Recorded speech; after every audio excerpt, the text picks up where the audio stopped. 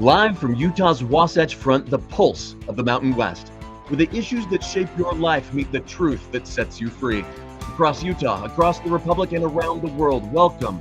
I'm Trent Christensen, and this is KMMU. KMMU and Main Street Media stream live wherever you enjoy your streaming. We broadcast live on YouTube, Rumble, X, and on our website, kmmu.org. Now please join our host, John Twitchell. This is Let's Talk Utah's Talk with John.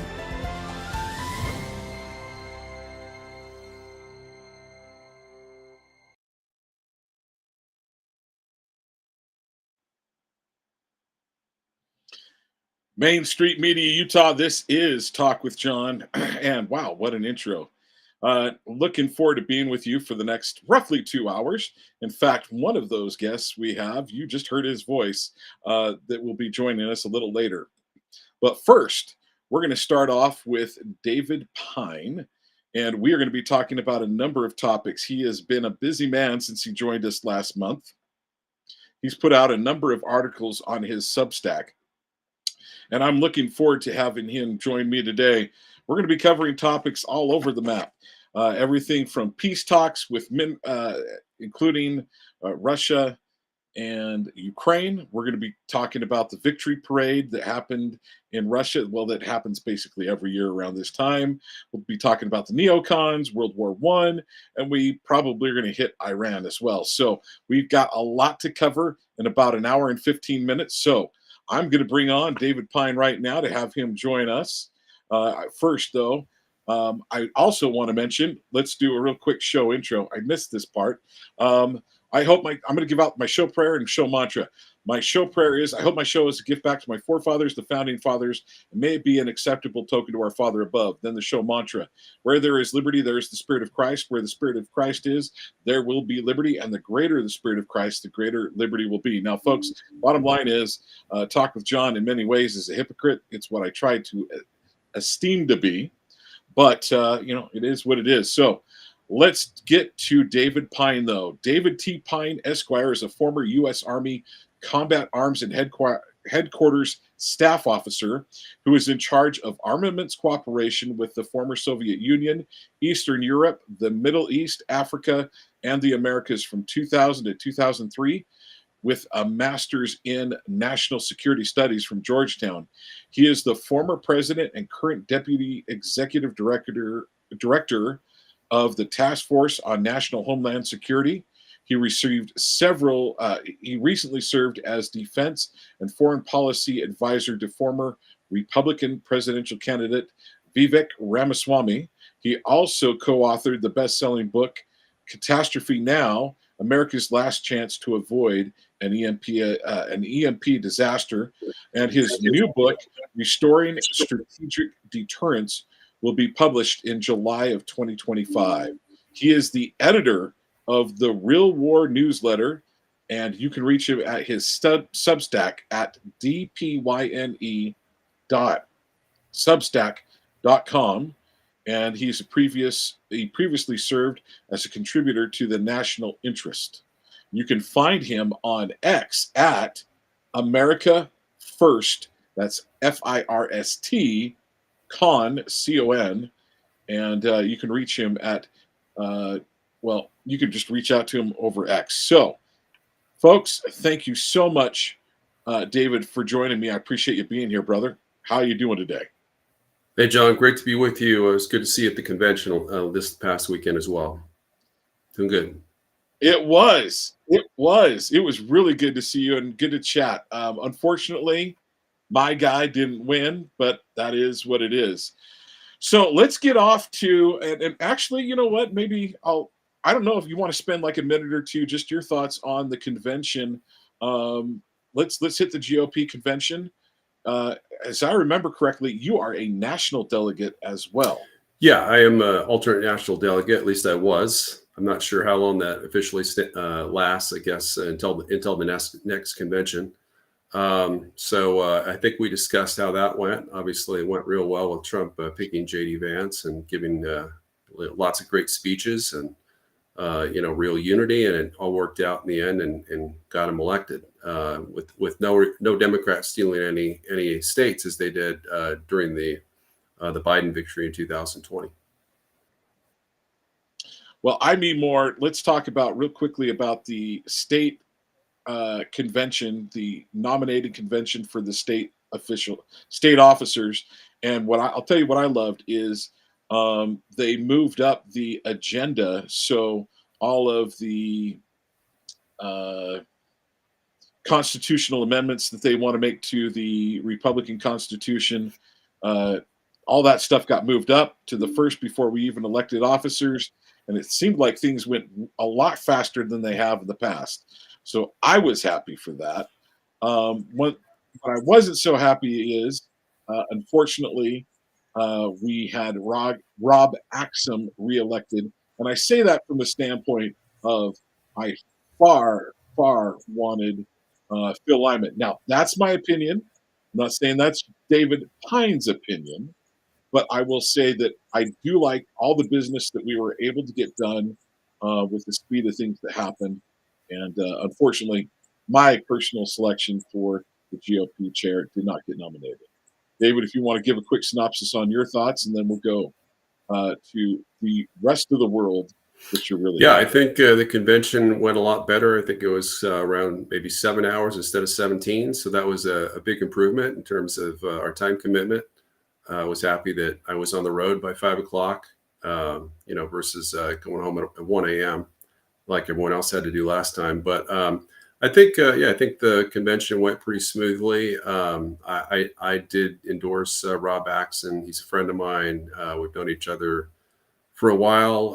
We both worked on the Mike Lee campaign in 2010. I was Mike Lee's national security policy director in 2010, and I can't remember what Rob's role was, but Mike Lee obviously said he got him elected in 2010. Maybe he was a strategist. I don't remember him being the top one or two guy in the campaign, but we know that he's worked since then. And there's a certain degree of traditionally across the country, the senior senator tends to have, if they're from the same party, they kind of get the main choice as to who runs the party at the chairman level. And so if it was Orrin Hatch, I'd be like, screw that rule. We're getting rid of the Hatch's guy. But Mike Lee's second most conservative senator in the country. So I trust his judgment. Obviously, Mike Lee's made some bad endorsements, as is Donald Trump. They've both endorsed Reno's from time to time.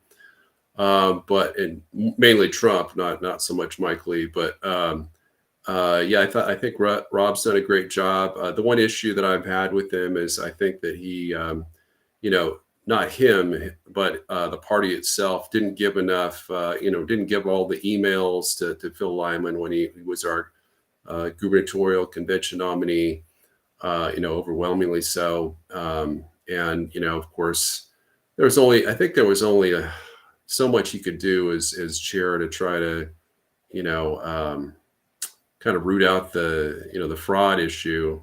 Just wasn't a whole lot he could do as chair to fight that. It would have taken a judicial decree, essentially a judgment that a certain number of signatures had been fraudulently obtained by the Cox campaign to throw him off the ballot. And of course, I think there was certainly evidence of that, but just as with the massive evidence of Trump, Democrats cheating Trump out of re-election 2020, we know the courts don't work. I mean, certainly the courts are much more corrupt at the federal level than they are here in Utah. But unfortunately, our corrupt governor was able to steal the election from Phil Lyman. And I love Phil Lyman. He's a great conservative, and I would have been super happy if he won. But I just felt like I owed Rob, some deference.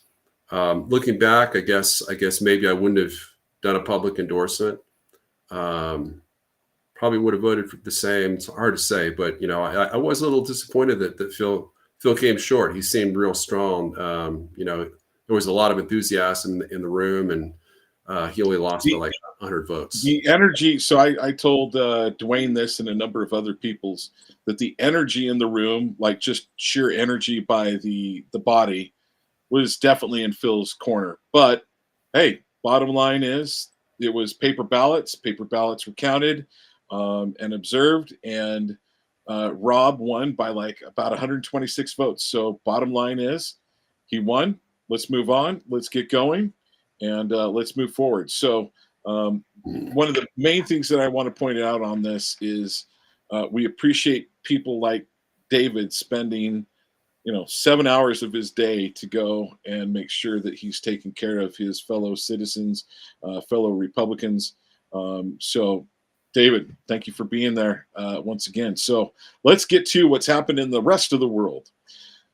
So let's get started with one of the headlines that you had. Trump dismisses neocon war hawk Mike Waltz as national security advisor over Signalgate affair. And let's not just hit that one. Trump signs disastrous minerals deal on Zelensky's terms, amounting to a 10-year U.S.-Ukraine security pact. So which one of those do you want to cover first? Well, let's talk about the neocons. So, I warned back in November, article I wrote on November 13th in my Real War Substack, that Trump was making a huge mistake in picking, neocons like Rubio, Waltz, Kellogg, Ratcliffe, Stefanik. Obviously, she didn't make the cut, but pretty much those are the neocons that have really, been trying to sabotage the America First conservative agenda. And I know a lot of people might disagree with me on Rubio. Rubio, says some good stuff. He certainly made some very good statements, but ultimately he's unable to shed his neocon feathers. He's a warmonger. He's one of the devils, I guess, in Trump's ear, telling him to do all the wrong things to help Zelensky and to not compromise with Russia. And we'll talk about that a little later. But in terms of Mike Waltz, Mike Waltz was really the head neocon, the most hawkish of all those people. Really? Yeah, and he was the national security advisor, and he was. Trump was furious with him because he met with Netanyahu behind Trump's back, and then basically told Trump that he agreed with Netanyahu's plan to obliterate Iran, where the U.S. would join Israel in bombing strikes against Iran that would last a week, principally directed against their nuclear missile sites, but also perhaps against, command and control, air defenses, maybe other military targets, maybe even some strikes against military headquarters to try to take out some Iranian generals.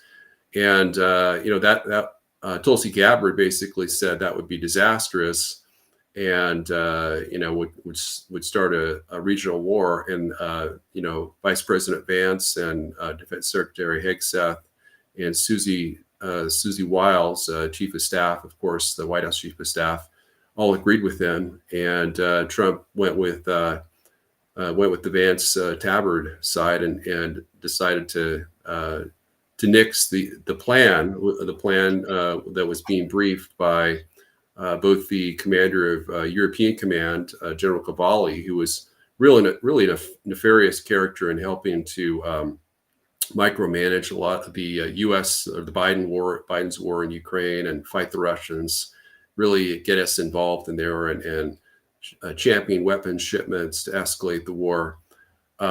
He was briefing a plan that would involve massive airstrikes on Iran, if I recall correctly. It might have been the CENTCOM commanding general is what it should have been, but for some reason I recall reading it was Cavalli.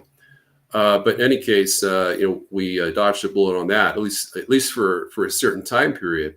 And Waltz got demoted to UN ambassador, which is, I think, a good job for him. You always want to send the bad folks to the UN ambassador job because even though they're a formal cabinet member, they don't really have any sway. The only sway they have is when they're at a cabinet meeting, essentially. And that's kind of out of their lighthouse. That's not. When talking about national security issues, it's not really a key role for them. So he can't do a lot of damage there, presumably. But unfortunately, Trump made him interim national security advisor. So Rubio is now as powerful as Henry Kissinger was during the Nixon's second term, where he had both those roles. Of course, he was national security advisor first, and then he was made Secretary of State. So he had both those positions for I think a couple years or more. And I think that's a really bad call by Trump because, Rubio is almost as bad as Waltz is. Not quite. Waltz was kind of in a special status as, chief warmonger in the Trump administration. But Rubio's pretty bad. And Rubio's been giving him a lot of bad advice. So what specifically is Rubio giving him bad advice recently? So that's one of my, there's a lot of people that I hear in even the conservative media that's that's making statements very similar to, it seems like Rubio is not as bad as what we thought we were getting and as bad as he has been in the past. Do you think he's playing possum? Are you seeing evidence that he is basically the same as he's always been? And that, I think you and I even talked about it. That was one of the big concerns we had, is when Trump announced he was going to have Mark Rubio on. It was like, ooh. So, what are your thoughts there? Well, I think Marco Rubio is a lot of the same situation as Mike Pence was. Mike Pence said all the right things as vice president. He seemed to toe the America First line, and then as soon as he was out of office, he began trashing Trump. And of course, we know that he voted against Trump. Oh my gosh. I'm sorry. My computer's about to power down. Gonna have to take a quick break again. Go ahead and take a quick break. And let's do this. I'm going to take him off he's on screen. And as soon as he can get back, no big deal. So, folks, we appreciate David Pyne joining us. The bottom line is sometimes your computer power is about to power down, and it's good that he caught it before it did. So before we lost him for good. So when he gets back, we'll get back to him. But Mark Rubio, as I shared with you, seems to be, how about this? At least what he's talking about in front of the cameras seems to be the Trump agenda. So where are you still seeing that? Okay, I must admit I don't trust him. Right? We don't. I will say, Talk with John doesn't trust him.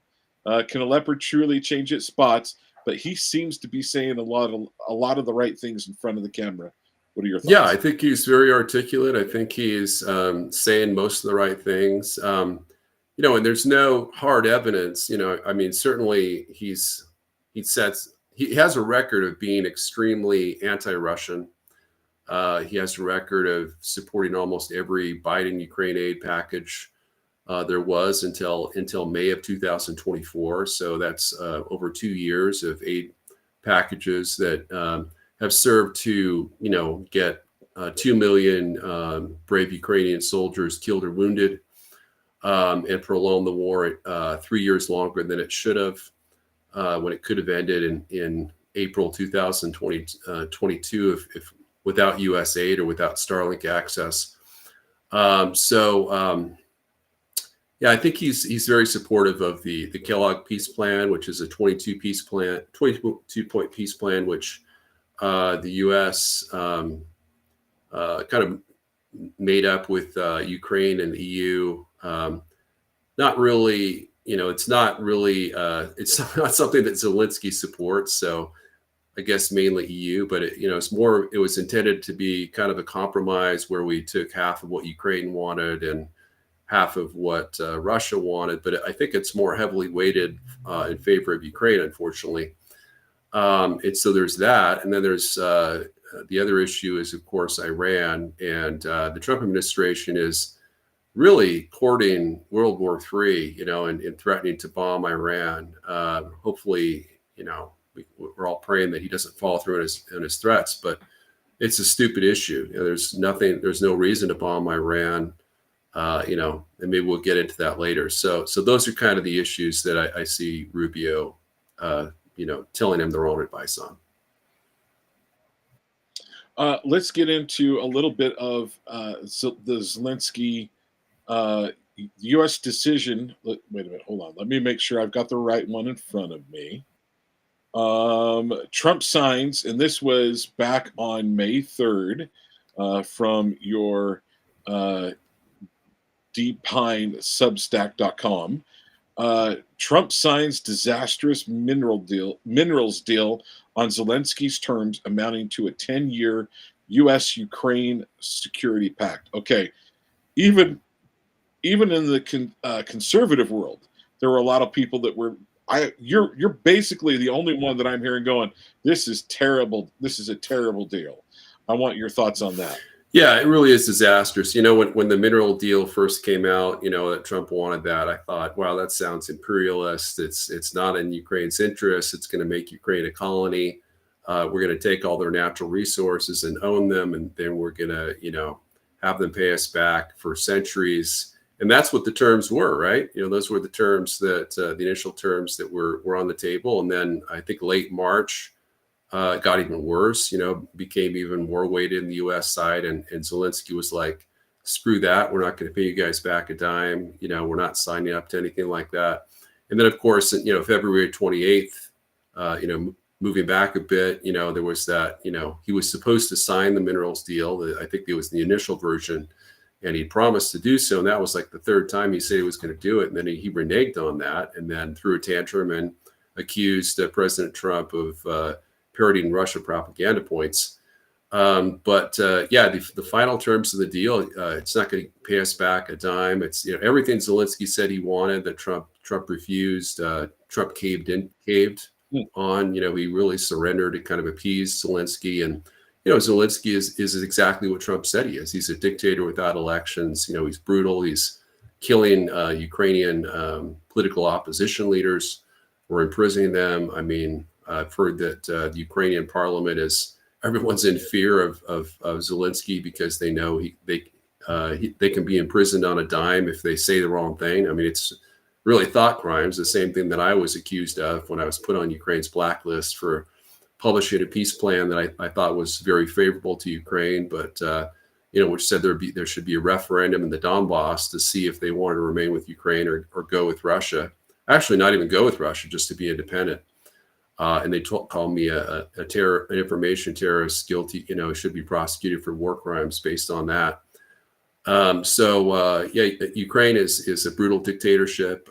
Trump initially he demanded Ukraine hold democratic elections. Zelensky, of course, adamantly refused, even though there's nothing in the Ukraine constitution that says that elections should be suspended during time of war or martial law.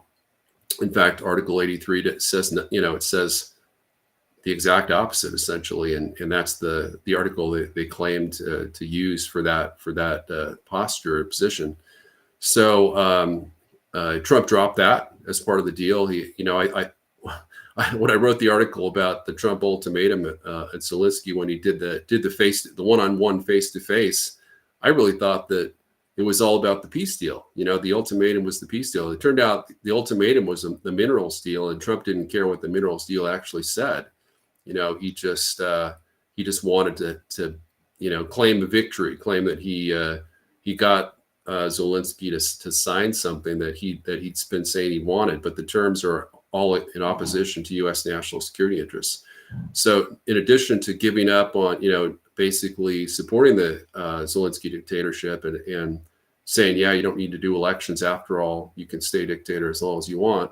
The other bad thing is, in this, according to the Ukrainian side, they said that the terms of the agreement say commit the U.S. to continue to sell arms to Ukraine for 10 years for the entire length of the agreement. So basically what this agreement does is it went from the Trump administration basically saying, hey, Ukraine, Zelensky, if you don't agree to make peace with Russia, we're going to pull out of the war.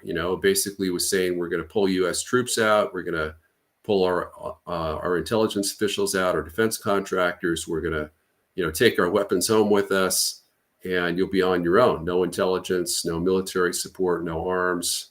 and then we'll see how you fare, and hopefully that'll pressure you to come to terms, and if not, you'll just get overrun by the Russians. And instead, he did the exact opposite. He is now firmly on the side of Ukraine, and you can see that with the call just yesterday. He had a phone call with Putin. It lasted 2.5 hours. It really was a big nothing burger.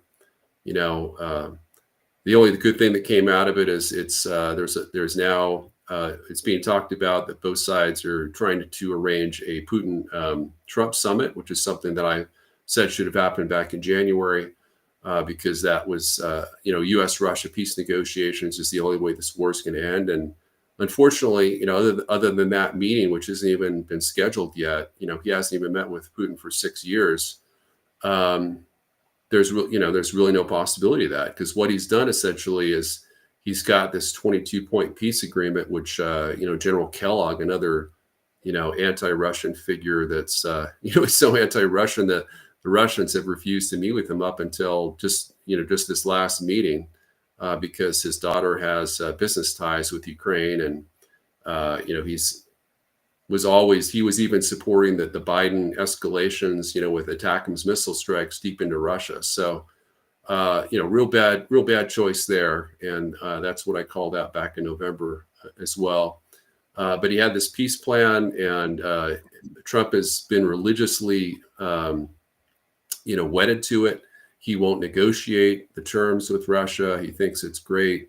And Russia said there's multiple terms in the Kellogg peace plan that are unacceptable to Russia. So if you're not willing to negotiate or compromise at all with the Russians, there's a 0.0% chance that the war is going to end with the peace deal until, of course, the Russians start to resurround Kyiv or overrun all of Ukraine east of the Dnipro River, which is about 45% of Ukraine's internationally recognized territory, at which point Ukraine will be forced to capitulate, and hopefully Zelensky will go into exile so we can have, a pro-U.S. leader take power, because obviously he's not pro-U.S. at all. But this is really a case of, just like Netanyahu in Israel, we have two. Netanyahu is not a dictator, of course, but he's brutal. He's mass murdering 37,000 women and children. Okay, could you say Netanyahu is not a dictator? No, he's not a dictator. He's a legitimate democratically elected leader. But he's is very unpopular in Israel. He would go down in flames if their election were held. The war is highly unpopular. That's just a whole other issue we just don't have time for. But Zelensky is obviously he's been pulling Trump strings. He's pulling the neocon strings. And Netanyahu's been trying to do the same thing. And I forgot to mention that one of the reasons that Waltz was fired is he had and we don't know if this is why he was fired, but he was seen having a signal app in full view of reporters. That's an Israeli signal app that's able to archive and transmit messages between White House officials back to an Israeli connected intelligence company. So there's rumors that app might be used by all U.S. White House officials. I'm hoping that's not the case. Okay, so that's something also that I have my concerns with, just Signal in general. I'm like, the fact that Joe Biden made it the kind of the okayed and preferred way of communicating, it made me go, how compromised is Signal in general? Well, I mean, Signal's an encrypted app, but it's and according to White House officials such as Pete Hegseth, it's been authorized for use to communicate between top right. Senior level Trump officials, but and that might be the case with like low level classified information, but higher level classified information would require like the SIMPRNet, or I used the SIMPRNet when I was on the U.S. Army headquarters staff way back from 2000 to 2003. It's a classified network. That's a closed network. It's not open. It's not hackable. Obviously, Signal, even though it's encrypted, there's ways to get around that. Certainly, the Russians, with their massive intelligence collection capabilities, and probably the Chinese as well, are I was about to say, don't you think the able Chinese to read as our well? signal messages, and the Israelis, they don't even need to unencrypt it, because if we're using their signal apps, then they can just archive it and read it from their Mossad connected company. So Right. that's definitely a security risk.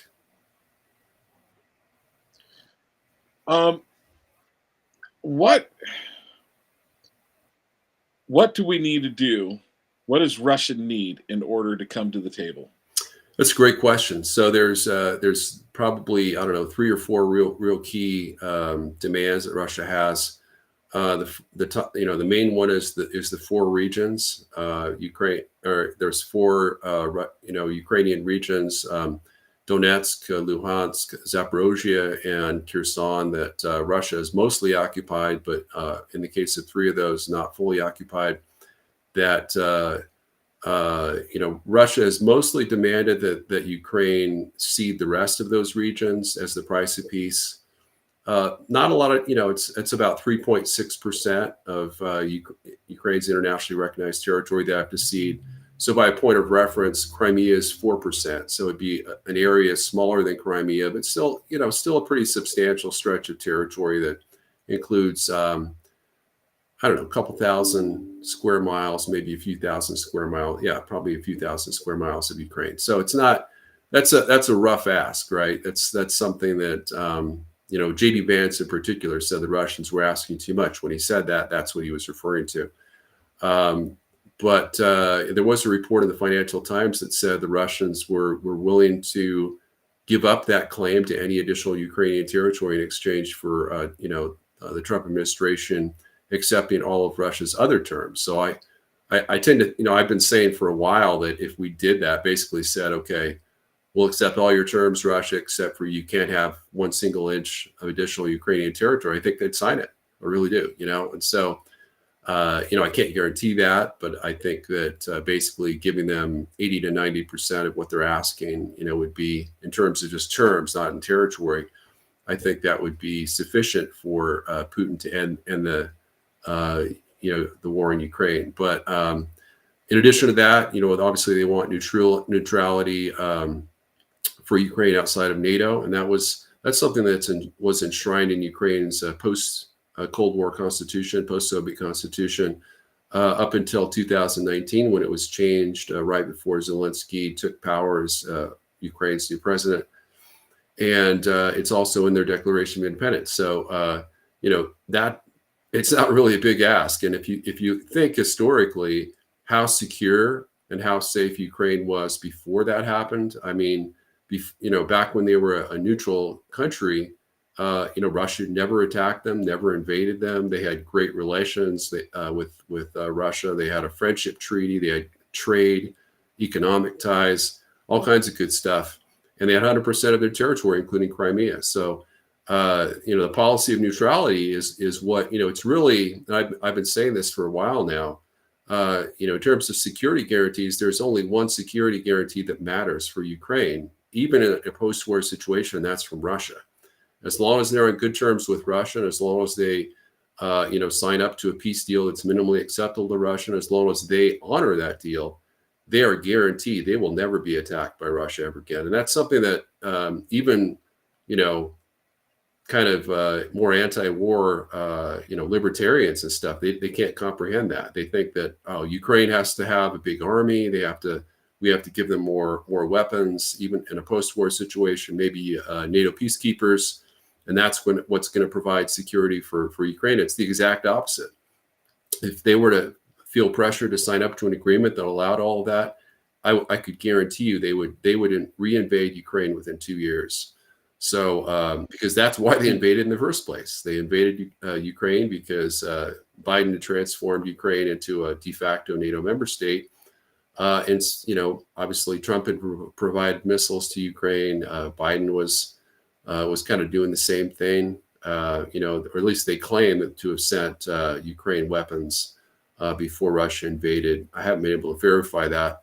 But essentially, they were making Ukraine a Western bastion with NATO troops. There were at least 1,000 NATO troops. We were doing joint military exercises with them, providing them with military assistance. We were training their army. We trained an army of, if you include reservists, well, we trained 80,000. So, I mean, that's really the most you can say, with certainty is we trained 80,000 Ukrainian troops. And those were the kind of the core elite units that started out at the beginning of the war.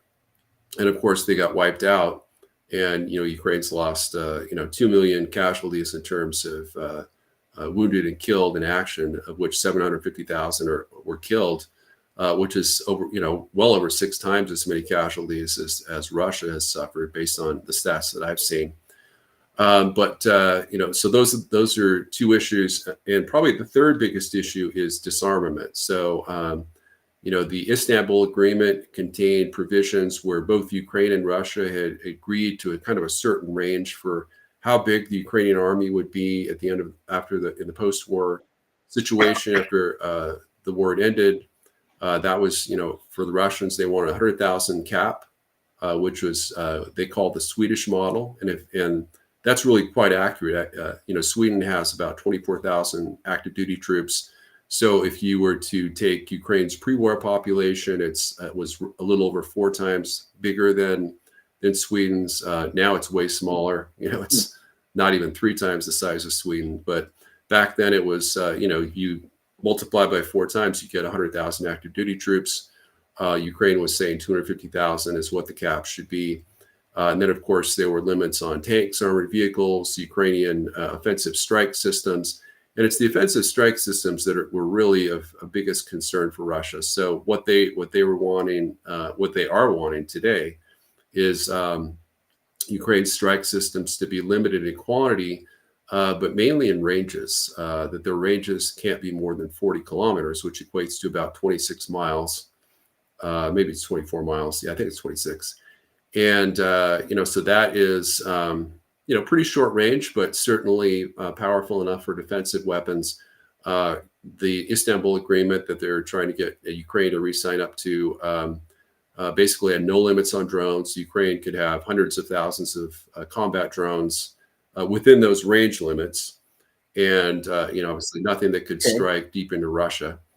And then they could have an unlimited number of reserve troops. So if they wanted to, they don't have the troops anymore. Obviously, they're down to 350,000 troops or less active duty. But if they wanted to technically have 1 million reserve troops, they could do that under the agreement. So because that's the Swedish model. The Swedish model is, it's kind of like the Swiss model, where there's a massive number of reserve troops, hundreds and hundreds of thousands, 600,000 to 1 million, and then they have just a small active duty force that's modest sized.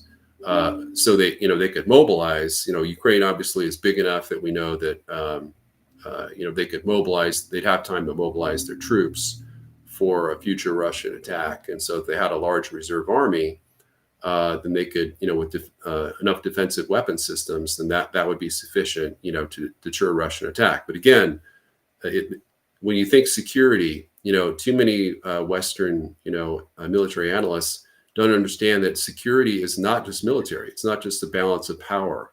It has to do with, your diplomatic relations. For example, China and Russia have way more nuclear weapons than we do. But if we have good relations with them and we compromise on issues of potential military conflict, there's basically no chance of a major war breaking out between us. But if we have, a military on par with theirs, nuclear forces on par with theirs, we could still get into World War III, having this massive military that's way bigger than we have right now. If we're trying to fight them over Taiwan or Ukraine, we can pick a fight with them. We're going to lose that war, and we'll have no security, basically no national security. So diplomacy plays a very important role in the security of countries, and that's something I didn't understand 20 years ago when I was kind of first. I got started way longer ago than that, probably not 40, but a little almost 40 years, when I wrote my first peace treaty with the Soviet Union in 1986 when I was 17. So that was kind of, when I was 16, 17 is when I started getting into some of these issues. But obviously my thinking is evolved quite a lot based on understanding, adapting to reality and the facts on the ground. Well, real quickly, I want to share. You are listening and watching us here on KMMU Main Street Media Utah. We are live on YouTube, X, Rumble, and our website, kmmu.org. Thank you for listening, and be sure to like and subscribe and hit this. Well, be sure to like and share and hit the subscribe button on your favorite platform that you follow us on, so we can make sure to share more with more people. We can share David Pyne and what he has to talk to about our audience, because there's not a lot of people saying what David's saying. Another thing that topic that I want to bring up with you, kind of with the Ukraine situation. I think it was last week. Supposedly, I heard all over the news that there was going to be a summit between, I think it was in Turkey, between Zelensky and Putin. And Zelensky even showed up and said, "Hey, I'm here. Where are you at, Putin?" And you're like, well, that was never actually a thing. So I'm like, wait a minute. I was hearing this all over the place, that they were talking about this, and Zelensky or Putin didn't show up. So please tell me how I was swindled by the rest of the media, and even some conservative media that was sharing that. Yeah, so there's a whole timeline involved in that's pretty extensive. But basically, I'll try to give you the short version. Is we presented the 22-point peace plan to the Russians. Witkoff was supposed to go meet with them, kind of May 12th through 16th timeframe in Moscow. The Russians said, this peace plan is dead on arrival. It's got multiple parts that we've told you repeatedly that are unacceptable to us. Come back with a better offer, and we'll talk peace. Or if you want, we'll negotiate directly with, not just a sub-cabinet official like Witkoff, but at least at this, kind of Rubio Lavrov level. And then, so I think there was maybe a tweet or a True Social post from Trump saying that, criticizing, Russia for that and threatening sanctions. And then, of course, the EU got on the bandwagon and said, yeah, we're going to, Congress has prepared a really harsh sanctions bill, and we're going to support that, so the U.S. is on board. And of course, there was a meeting between Zelensky and the four musketeers, the leaders of UK, France, Germany, and Poland. And there was all these pictures of them together walking in the street as the cool kids, boy band, whatever the heck you want to call it.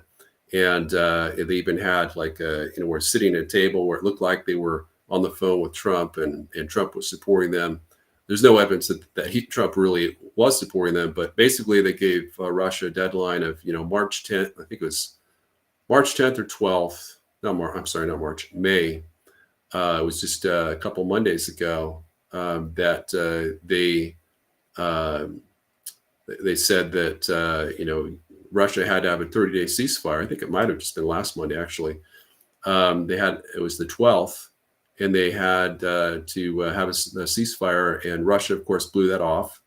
And Putin did a counter proposal and said, well, tell you what, we're going to repeat the same offer we've had for the last 3 years straight, which is, we want to negotiate a permanent ceasefire. We want to negotiate a permanent end to the war, and we'll be happy to meet with Ukrainian officials or Ukrainian delegation in Istanbul, and we'll pick off where we left off, where all we needed was a signature from Zelensky and on April 9th, 2022, that would have permanently ended the war and resulted in a full Russian military withdrawal from all Ukraine's pre-war territory.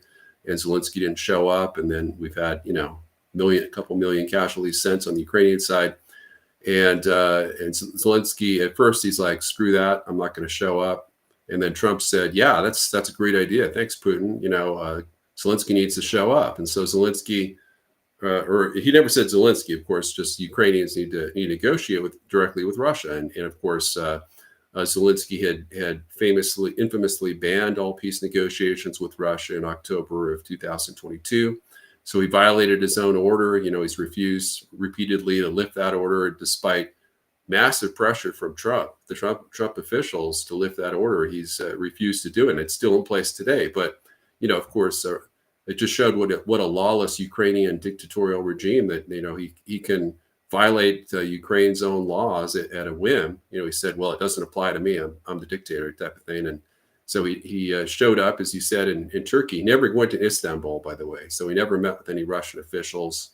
Didn't go to Istanbul like he said he would. He went to Ankara briefly, I think for a day, got some pictures, met for a few hours with, Turkey's President Erdogan, and then flew to Albania for some kind of NATO summit meeting. But Putin, he was saying, well, I'm only going to meet with Putin. I won't lower myself to meet with anyone else but Putin. And he hates Putin. This was all a PR stunt that was devised by Macron and the other usual subjects, the EU Politburo gang members, as I like to call them. And so Putin was never going to come, despite Zelensky's taunts, calling him a loser and coward and chicken, Back to the Future style chicken, trying to get him to show up. Like he was the big man, even though he's, same height as Putin, 5'7", not really the big man. It's so funny to see Zelensky when he signed that order, by the way, he was flanked by his defense minister and I think foreign, some kind of general. And, they look like bouncers, they were like 6'3", 6'4", Zelensky's 5'7", and he was in the middle. And nothing against short people.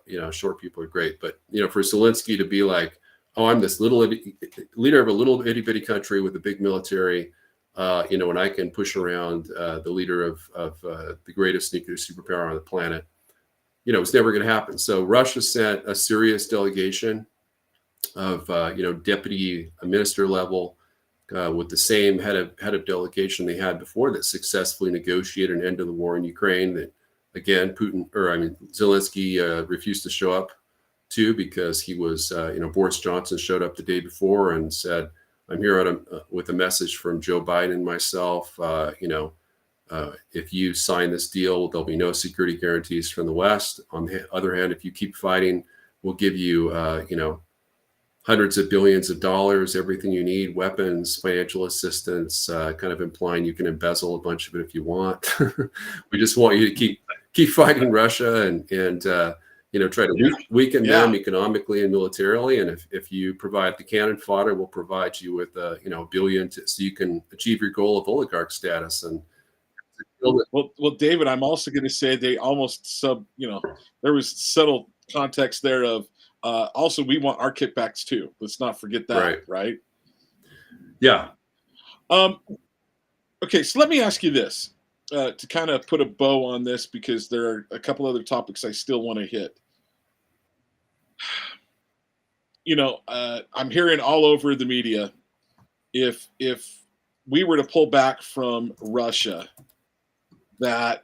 or pull back from Ukraine, Russia's just going to march in and take over the whole country. What do you think the likelihood of that is?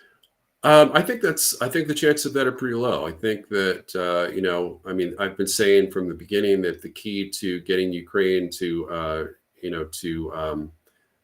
accept peace was to partially surround Kyiv or fully surround Kyiv. That's what got Zelensky to almost sign before back in April of 2022. And if Russia hadn't, Putin hadn't decided to withdraw Russian troops from 30% of Ukrainian territory at that time, then the war would have ended.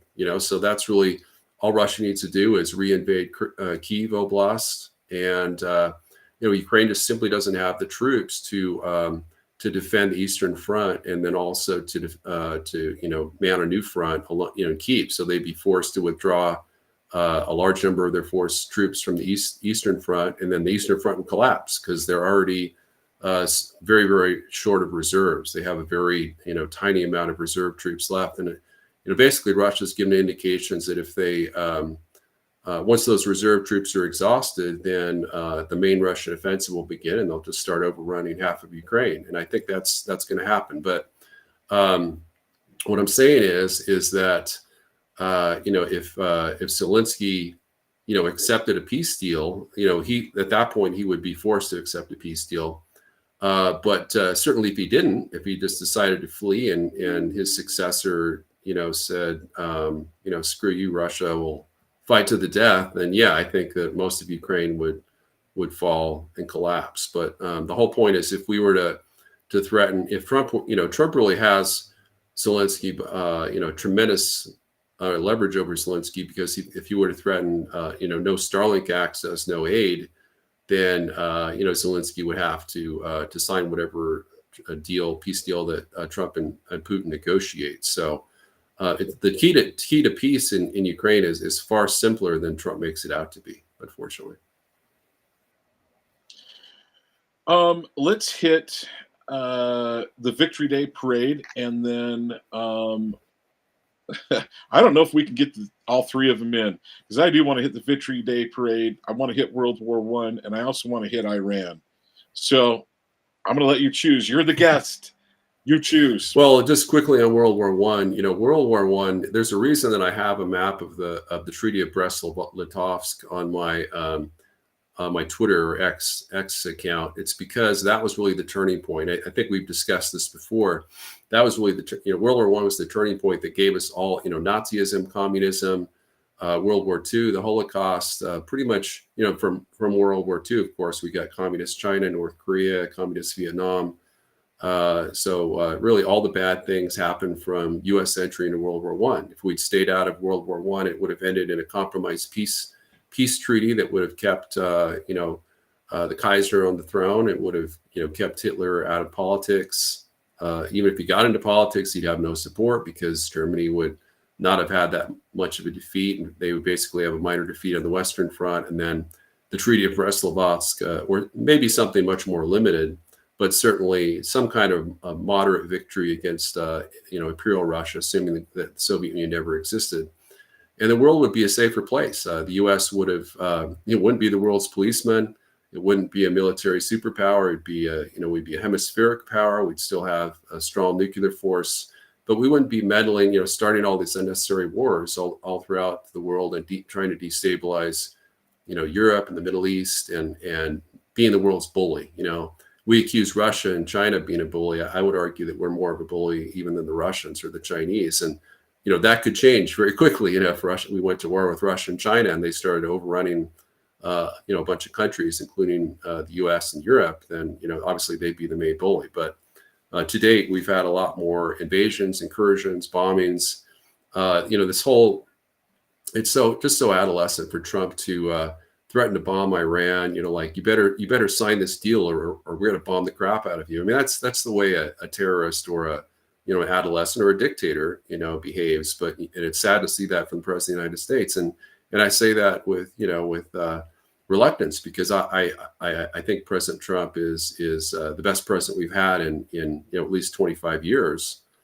Oh, not 25 years, probably 30 or 35. Since I think George H.W. Bush, he has kind of a mixed record, certainly, but probably since Reagan. I think since Reagan or Bush Senior, the best president we've had. And so that's the Iran deal is you want to touch on as well. Let's hit Iran. Yeah, the problem is the enrichment. Iran has offered a pretty good deal, basically a JCPOA 2 agreement, where they would enrich only at the very lowest level, 3.67%. There'd be a verification regime. They would end they would not have a nuclear program. They claim they don't have nuclear weapons. Of course, that I think they've had nuclear weapons for a long time. I was about to say, don't we assume they have a bunch of nuclear weapons? They have a bunch of nuclear weapons. Yeah, they have at least a dozen, maybe more. They have might even have ICBMs. We know they have IRBMs. They have mobile, medium range missiles and probably IRBMs in their missile silos, which are pretty much impervious to conventional attack, other than from B2s, with using GPU 57 penetrators, and those B2s have been withdrawn. So at least for now, we know that war is not going to break out imminently. So I don't have to get ready for an EMP attack by Iran or a cyber attack just yet. But that could change rapidly, because Trump says that there's only two options. It's like a terrorist. You're either with us or against us type of thing. It's black and white. So you can choose the plan the peace deal we're demanding you sign, with basically no negotiations, or you can choose a bombing campaign in which we start a regional war and maybe get cyber attacked and destroyed in response. So it's a very disturbing. I think that's the number one possibility. If U.S. is going to be destroyed, the biggest threat right now, I've been saying it's China, but I think maybe it's Iran right now, based on Trump's rhetoric. Well, if they could bring down our grid, then they could do it. Yeah, they could definitely do that. It would be interesting what would happen in response to Iran. But the bottom line is we live in a dangerous world, a very dangerous world. Okay, so we are just 1 minute away, 30 seconds on the Pakistan India conflict that looks like it's done. What are your thoughts there? Yeah, I mean, India and Pakistan, obviously, they've been feuding over Kashmir province for some time. Kashmir is heavily Muslim. It's like 96 point something percent Muslim. But way back in 1947, I think, or 48, when they were newly independent countries, the leader, whatever the king or whatever they called it back then of Kashmir, sided with India, and so India said we have claim to it because he said he wants to be part of India. So instead of putting it up to a popular referendum, which would be overwhelmingly won by the Pakistani side, so there was a terrorist attack, killed 26 Indians. India blamed Pakistan, and then decided to retaliate militarily and bombed, I think it was 9 different Pakistani sites. They claimed that probably were connected with Pakistani intelligence that they claim, backed the terrorists, and then Pakistan responded in a very measured way, I think. And then I think India responded to that. And then J.D. Vance and Marco Rubio got involved and put it in, got India to agree, both sides to agree to a ceasefire. And the Pakistanis, I guess, thought it was more of a victory, probably because they know India is a lot more powerful. They have a GDP that's 11 times larger than Pakistan and a more powerful military. They're pretty closely matched when it comes to nuclear weapons. So obviously, if there was a nuclear, but Pakistan's a lot smaller, so they would suffer more in a, kind of a nuclear exchange than India would. Yeah, it was a great thing. I have nothing but praise for the Trump administration for helping to end that conflict that lasted 4 days. David, I want to say thank you for joining us. I appreciate your time. There's other questions that I could ask you, but I won't, because I want to honor that you need to get going at 5 o'clock. So thank you for joining us today. Will you please tell people how they can go to your Substack, find out more about the articles that you're sending out, and more about the book that you're going to be putting out here this year? Please share with us. Well, thanks, John. It's always a pleasure to be on your show. I look forward to it every month. Your viewers can subscribe to my Substack at dpyne.substack.com. Again, dpyne.substack.com. You can do a free or paid subscription. It's if you paid, it's $6 a month. But get most of my articles with the free subscription, and I update it. As you mentioned, I think I wrote nine articles just this last month alone. Usually it's around 3 on average. You were a busy man. I don't know where you found the time.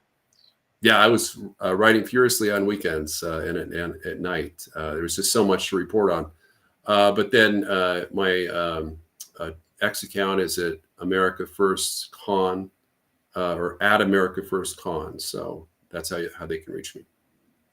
Well, David, thank you for joining us today. I appreciate you being here, my friend. God bless. Thanks, John. Have a great day. See you next month. See you then. All right, folks, that was David Pyne. We are grateful that he joined us. I always enjoy having David Pyne. As Dwayne said, one of the favorites, right? One of the absolute favorites, Dwayne. We really appreciate David Pyne. And we've got, frankly, I know the other shows have some really good people, but, folks, KMMU is growing. We're going to be doing more. And the bottom line is we've got hosts that are bringing on some really good people with really good content, things that are worth listening to. Well, and we're waiting for Trent Christensen to show up. He should be here shortly. Sadly, David had to leave, but uh, he is just so full of information, man. It's amazing. It's amazing.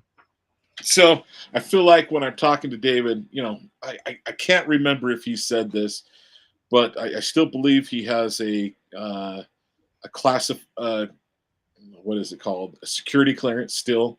I still feel that we get some insight. There's the experience that he had when he was in the military, when he was overseeing both the Middle East, Russia, China, even South America, and the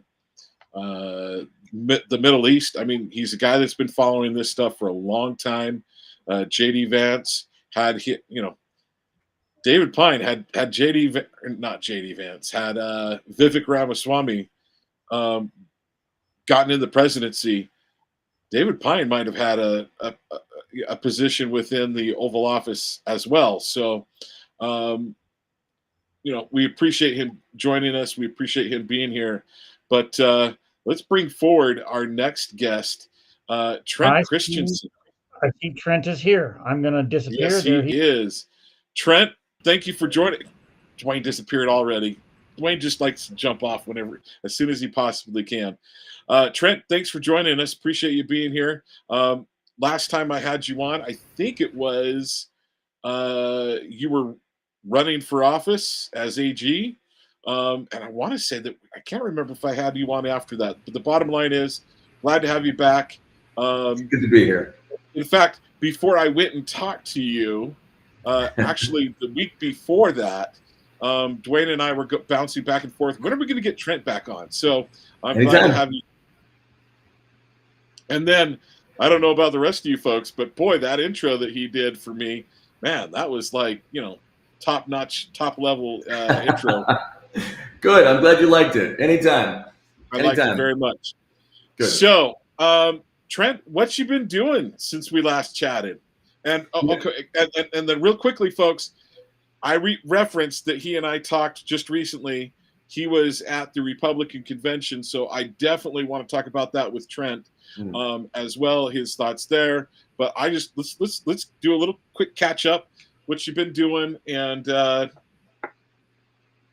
yeah, I think that let's start there.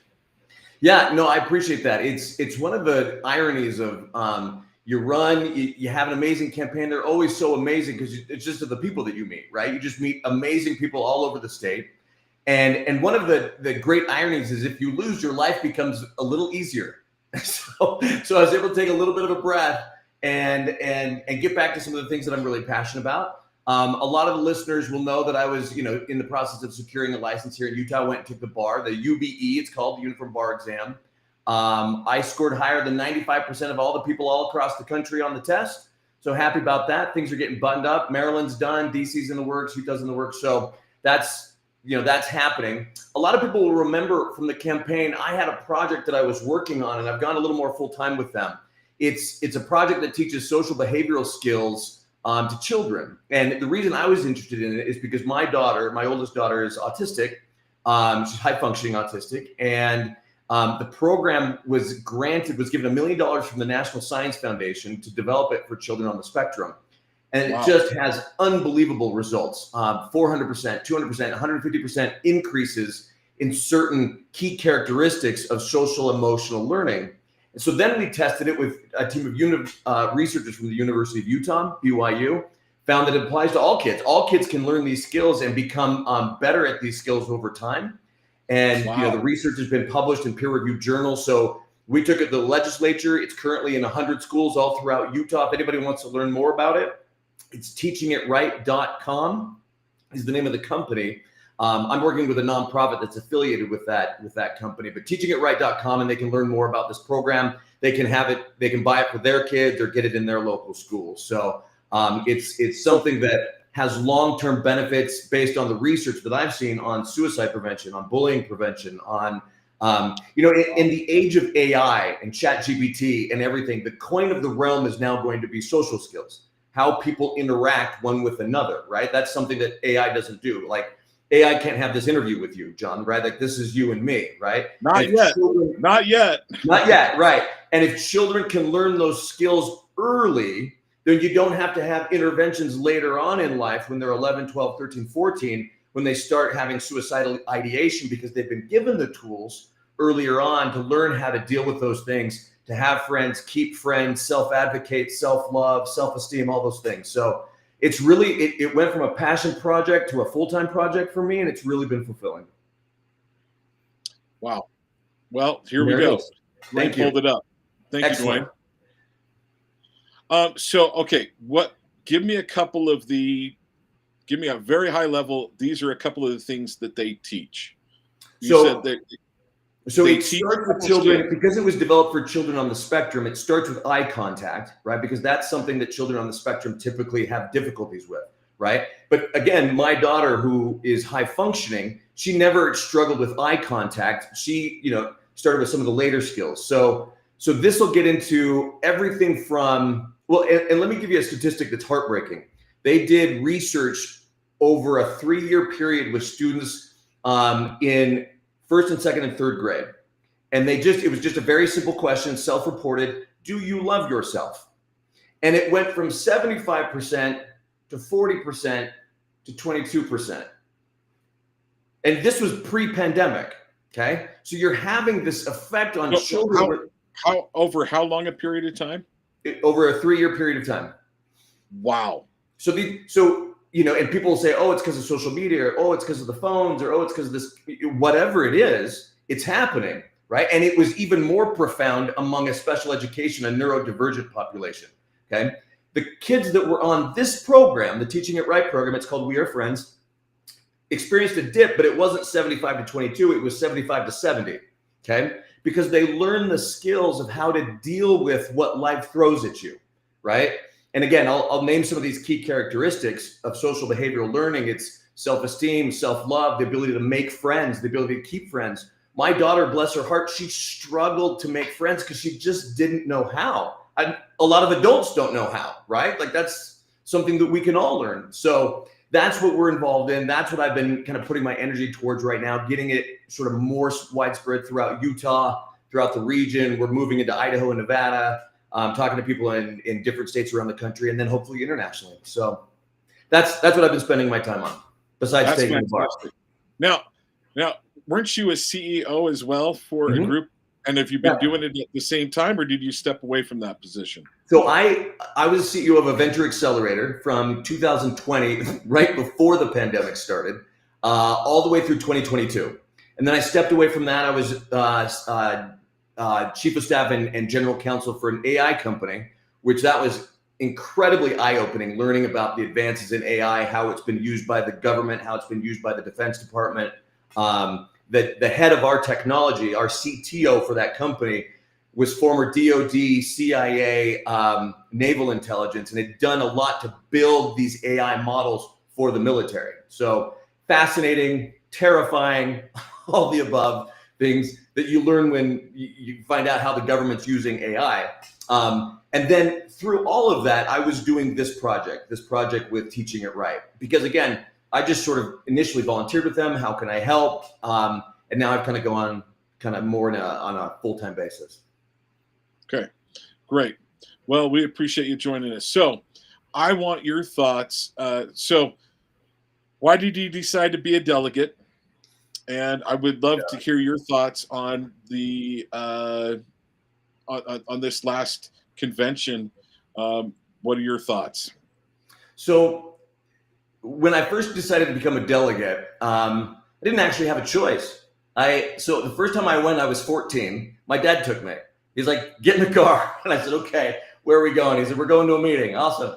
And I was 14, so I didn't get elected to anything, but I got to see what it was. That's why I'm so passionate about the caucus system, because I showed up and there was all these people from my neighborhood that I knew and loved and respected, and they're talking about issues that matter, everyday issues that matter to us, right? Not just national security, things like that, but like property taxes, like, what's happening in our neighborhood. So then as soon as I could, when I turned 18, I went, and I didn't anticipate running for anything, but just, again, it was a room full of people that I knew and I'd grown up with. And they said, let's have Trent do it. let's make Trent be a delegate. So I said, okay. So I was a delegate. I've been a delegate. This will be my 7th time being a delegate, state delegate. I've been, 7th time being a state or county delegate. And I've enjoyed it. It's what I always say. I took my son before he went on a mission for the Church of Jesus Christ of Latter-day Saints. I just said, I want you to see how democracy works. I want you to see it. My dad took me, I'm going to take you.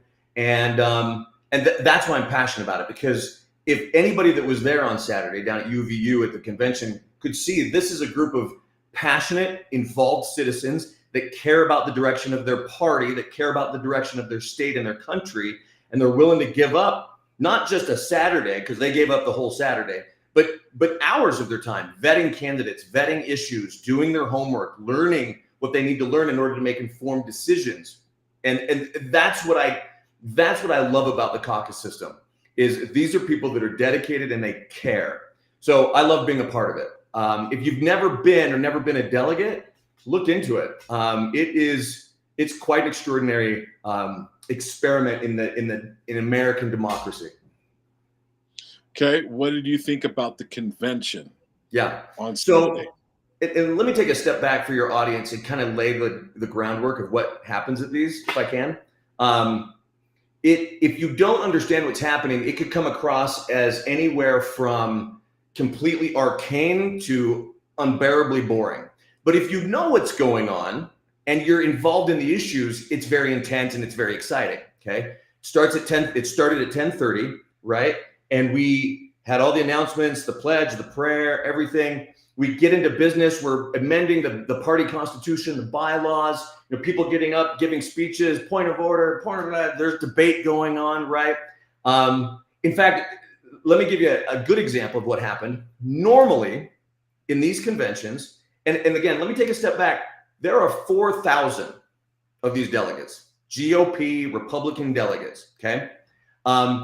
Of those 4,000, about 2/3, 67% showed up. That's about 2,560 people gave up their Saturday to come and do this, okay? So imagine 2,500 people, the UCCU Center down at UVU, and there's debates going on and this and that, and they typically will have the elections first. They'll do all the, sort of the pledge and the prayer and that, right. And then they'll do the elections. Well, some smart people, delegates, mind you, got up and said, look, can we move the party business first? Because they understood once those elections are over, that's the exciting, kind of the cool, sexy part. Once that's over, everyone's going to leave, and then no one's going to be sticking around to do the boring stuff, the Constitution, the bylaws, the party platform stuff. And so the delegates just changed it, right? Because we're in charge of it. That's how a representative democracy works. So we switched around the order. We had to, I got to give special props to Thomas Wright. If anybody doesn't know Thomas Wright, he ran for governor in 2020. Fantastic individual. He ran he chaired, I should say, probably the best convention I've been to ever. Very efficient, very on time, very graceful, very efficient, and yet very kind. And I appreciated that approach. So we're there, we're debating issues. We get to the elections. It's heated, but at the same time, actually, can I jump in real quick, Trent? Can I jump in real quickly? Please. So here is one reason why I think this convention was so important for the Republican Party. I want to say, so I've been state delegate for 2 terms in a row. So a term is 2 years. You get a vote for what everybody really wants to vote for, the congressmen or the senators and stuff like that. That was last year. And then this year, it's the boring stuff that nobody, that a third of the Republicans don't show up for. Right. Just the party officials, and also we cover some of the business, like amendments and different things like that. Even some of those issues can be handled in the previous in the on your election cycle. You can handle some of that. Yeah. My understanding, so for the last 4 years that I've been involved, it hasn't happened. And I want to say that I heard that it had been 10 years Right. I could be wrong, but I want to say I heard it's been 10 years since they've actually gotten into that stuff. And so there's been these amendments that have been waiting for that long. And I'm like, so there was more, I think, more done in that short period of time in those 7 hours that we were there roughly. And I want to say, I commend, because everybody in that room knew all they had to do was say, vote no, to move up the business of taking care of the amendments. People could have been out of there in about an hour. Yeah, about an hour. And we could have been gone somewhere around 11 o'clock noon. Talk with John left at 3 o'clock because I'm working on moving, folks. I'm working on moving. And I'm like, I got to bounce. But I stayed for the difficult stuff. And then, I said, hey, tell me how the elections go. But the bottom line is I was really impressed and I'm with my fellow delegates, because it was overwhelming that they said, yes, let's handle that now. So I want to give props to all those representatives that showed up. That were very few that said no. I mean, it was overwhelming. No, they showed up to work. They showed up to work. That's right. That's absolutely right. And that has been my experience in the 7 times that I've been a delegate, is that the delegates show up to work. And let me give you another statistic about these delegates. Every time they're elected, the numbers that I've seen are that of the 4,000, and I'm just talking state delegates right now, county is going to vary by county, but of the state delegates, of those 4,000, on average, half of them are brand new, meaning they've never been a delegate before, okay? The other half are usually people that have done it 2, 3, 4 times, so they're very experienced. So imagine you've got 50% coming in without really any institutional memory, any knowledge of how parliamentary procedure works or this or that, but they care, right? They care enough about the party, the direction of the party, the direction of the platform of the state, of the country, that they're going to do their homework. And that was clear among all the delegates that were there getting up and giving speeches, people referencing, okay, I went to the website, I looked this up, I looked that up. These people did their homework. And I couldn't have been more impressed. And I couldn't have been more impressed with Thomas, who allowed those debates to take place. Sometimes in the past, you will have seen, and I can name names, but you'll have seen chairs who just don't want debate. Just vote on it. This is the party position. Just vote the way we tell you to. That's been a part of these conventions in the past. And this one was very open. And he just kept saying, this is your convention. This is your convention. We're going to do it the way that you want to. I'm just the chair. I'm the ref, right? I keep things on, I just keep the trains running on time. So a big kudos to Thomas and the convention and everybody and all the delegates that came and did their homework. Okay, so anything that you want to mention as far as amendments or anything along those things that changed that stood out to you, or and if not, we can just get to who was voted in, if you want to mention who you voted for versus who was nominated, feel free, and want your thoughts on the direction of the party. Yeah, I want to. I don't have a lot of comments on the amendments, on the bylaws. Other than to say very thoughtful. And I will say this: I came in having very specific opinions about which way some of those amendments should go, and I had my mind changed 2 or 3 times by arguments that I had never considered, that somebody from Wayne County or Carbon County or Cache County or Uinta County came up and said, no, you haven't thought about this and this and this. You're right. And it was just so awesome to me to say that guy did his homework. I believe that, and some of these issues were close calls, but again, kudos to the delegates. I actually would rather get to the chairman race if we could. I have a lot I want to say about that. So I think you have a lot to say about something that surprises me, Trent. Yeah. Okay, let's get to it. Yeah, we can get going. Okay, let's go. Listen fast, people. Here we go. So let me back up a step. So I voted for Phil Lyman, okay, for party chair. And I think that's important to note. I also want to note this. To my knowledge, and John, you might correct me on this, but to my knowledge, of all the people that ran for statewide office or federal office in 2024, okay, there was only one person who publicly endorsed Phil for chair. To my knowledge, that was me, okay? And the only reason I bring that up is to say, I'm going to be a little critical of Phil, And I want everyone to know that the reason I want to be critical of what happened was because it determines the future of how we move forward. Okay? We can learn from what happened on Saturday. And I say it with all the love in my heart for Phil. I was for him when he ran for governor. Phil knows I'm for him. But if we're not willing to take total extreme accountability, then we're never going to move forward. The movement that we want to see will never happen. Okay? And let me start this story and back it up to when Phil was running for governor, the Lyman campaign. Okay? I had a donor, friend of mine, significant donor, close to the Trump campaign, and he wanted to know which way he should go. And I said, well, I'd love to get you in touch with Phil. Can I take you to lunch with Phil? He said, yeah, let's do that. And so we went and we sat down, and it was Phil and his lovely wife and a couple of people from his campaign. And this person's friend of mine runs businesses. Okay? He's business smart. He's business savvy. And his first question was, who's your campaign manager? And Phil said, well, we kind of had 3 of them. And my friend was like, you have 3 campaign. Okay. Tell me how that works. Who's your finance director? Well, we've got kind of 2. And then somebody else chimed in, well, kind of 3. Okay. And then he said, who's your media buyer? And I love them to death, but they said, what's that?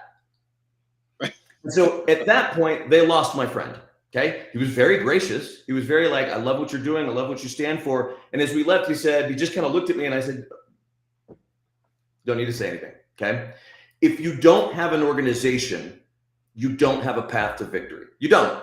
You need a message, you need organization, and you need money. Okay. You need those 3 things. I've heard it said that the 2 most important things in campaigns are money, and I forget the other thing. Okay. That can be true in a lot of cases, but especially in a GOP race, people respond to the message. That's what the delegates were doing on Saturday. What's your message? Convince me, right? I was open. You want to change the party platform, the Constitution? Convince me, okay? So that was the gubernatorial race. Okay, that was then. Now this is now, okay? Let me ask you a question, John. Of the 2,560 delegates that showed up on Saturday, what percentage of those do you think showed up undecided as it relates to the chairman race? Ballpark. Maybe a fifth. So 20%. Okay. Maybe 20%. Yeah. So let's say it's 10%. Okay. Let's say 10% were undecided. The other 90%, they walked in. I don't care what anybody says. I don't care what they do. I don't care if somebody lights this place on fire. I know who I'm voting for. Okay. 10% were undecided. Let's just go with that number. The difference between the 2 in the election, and you didn't see a lot of this because I don't think it goes with the narrative that the current party leadership is trying to put forward. The margin between the 2 winners was 2.5%. Okay. If 63 votes had gone the other way, Phil Lyman would be the chair. Okay. That is not a big margin. Okay. Now, why does that matter? Because when Phil showed up, Rob, let me say this. Rob gave a great speech. Whatever you want to say about Rob, whatever you think his motives are, whatever you think of him as a person, he gave a good speech. You heard it. I heard it. Okay. He was a little nervous. And at one point he kind of like had to kind of take a breath and give a speech. But what did he do? This is what I have done, and this is what I will do. These are my accomplishments as your party chair, and this is my vision. Okay. Now I've got some information. Yeah, Mike Lee came out and endorsed him. So what? Burgess and some other people stood behind him. Great. Okay. He gave us a vision. Now, again, I love Phil. He gave a speech, and you correct me if I'm wrong, but it was, I love liberty. I would have been one of the sons of liberty. I would have been one of the Minutemen. Here's a parable that Jesus gave about parables. Vote for me. Phil lost the election. Okay. And there's a book called Extreme Leadership. It's written by 2 Navy SEALs. Jocko Willemick is the main author. Extreme Ownership. They talk in that book about how Navy SEALs, if they are going to live through their missions, need to learn to take extreme ownership of everything about their missions, okay? Start to finish. And if we get on Facebook and social media and whine and complain and come up with theories about how Axon and all the others cheated and they did this and this and this, and never turn the mirror around and look at ourselves and say, what did we do wrong? Then we will continue to lose elections, and the cause that we're so passionate about will die. So we need to take the extreme ownership of why we lost, and it starts with Phil's speech. I just sat there, and my friend that was with me, we were both, all my friends that were with me, we were I backed you, Phil. I was public with you. What's your vision? I don't even know. If I was one of these 63 people out here, why would I vote for you now? Like, you love liberty, so is everybody in this room, but what's your vision, right? But let me take it a step further. Phil isn't in this alone. He's supposed to have an organization around him. There should be people that say to him, Phil, what are you going to say at the convention? And if Phil says, I don't know, I'm going to wing it, their job is to say, that's a bad idea. Let me write a speech for you, at least a first draft, right? You need to have a team around you. Again, message, organization, money. There should have been people around Phil that said, that is a terrible idea. At least lay out 3-4 points of what your vision is so people know. Would that have changed the minds of 63 people? Maybe. So 2.5%, right? So again, Phil's speech, Phil's organization, where was the money? Like, he definitely had a message of liberty, but he didn't even talk about SB 54, right? And for your viewers who may not know, SB 54, you tell me if I'm wrong, SB 54 is the path, is the legislation that gives candidates a pathway to get on a ballot by paying money and gathering signatures, okay, and completely avoiding the caucus process. What we just did on Saturday, SB 54 allows people to completely bypass that, okay? Just use their money to get on the ballot. Now, I had seen flyers from Phil. I had seen social media posts from Phil that laid out his vision. Great. These people are right there. It's a you know, what's the phrase? A captured audience. You know, they're contained. They can't get away, right? 63 people, it's all you needed, okay? And if we can't look at ourselves and stop playing conspiracy theory, maybe you're right. Maybe they did cheat. You know, I've seen everything from, oh, they had access to the list earlier, this happened or that happened, or they lied about this. You know what? Turn the mirror around, look at yourself, ask yourself, if you were on Phil's campaign team, why didn't you write him a speech? You know, where was the message? Why couldn't you convince 63 more people to vote for you? Because what is the primary job of the chair? People will tell you, well, it's fundraising, and it's not. That's a cute way of saying getting people elected, right? But if you can't put an organization around you twice, once for governor and once for this, to get yourself elected, then how can I trust that you'll get me or you or anybody else elected, right? Look in the mirror, do a self-assessment. What did we do wrong? And fix that for next time. Because I'll say this, I think that they're fudging the numbers a little bit, but did Rob raise $3 million? Yes. Did Rob give money to all the convention winners to help them win? Yes. Did he need to give money to the ones that didn't win, Spencer Cox and Derek Brown? No, because the big donors were giving them money outside of the party anyway. So I think it's sort of a false argument for be like, well, we didn't fund anyone that didn't win a convention, when Spencer Cox is calling donors and saying, don't give to the party, give to me and give to Derek, right? So that argument doesn't hold water for me. But Rob did what he said he was going to do. Okay, here's the other thing. Because it was a 63 vote mark, well, it was 123 votes, 125 votes. But all that means is if 63 votes switched, we'd have a different party chair, okay? But you're not seeing a lot of reporting on those numbers. Why?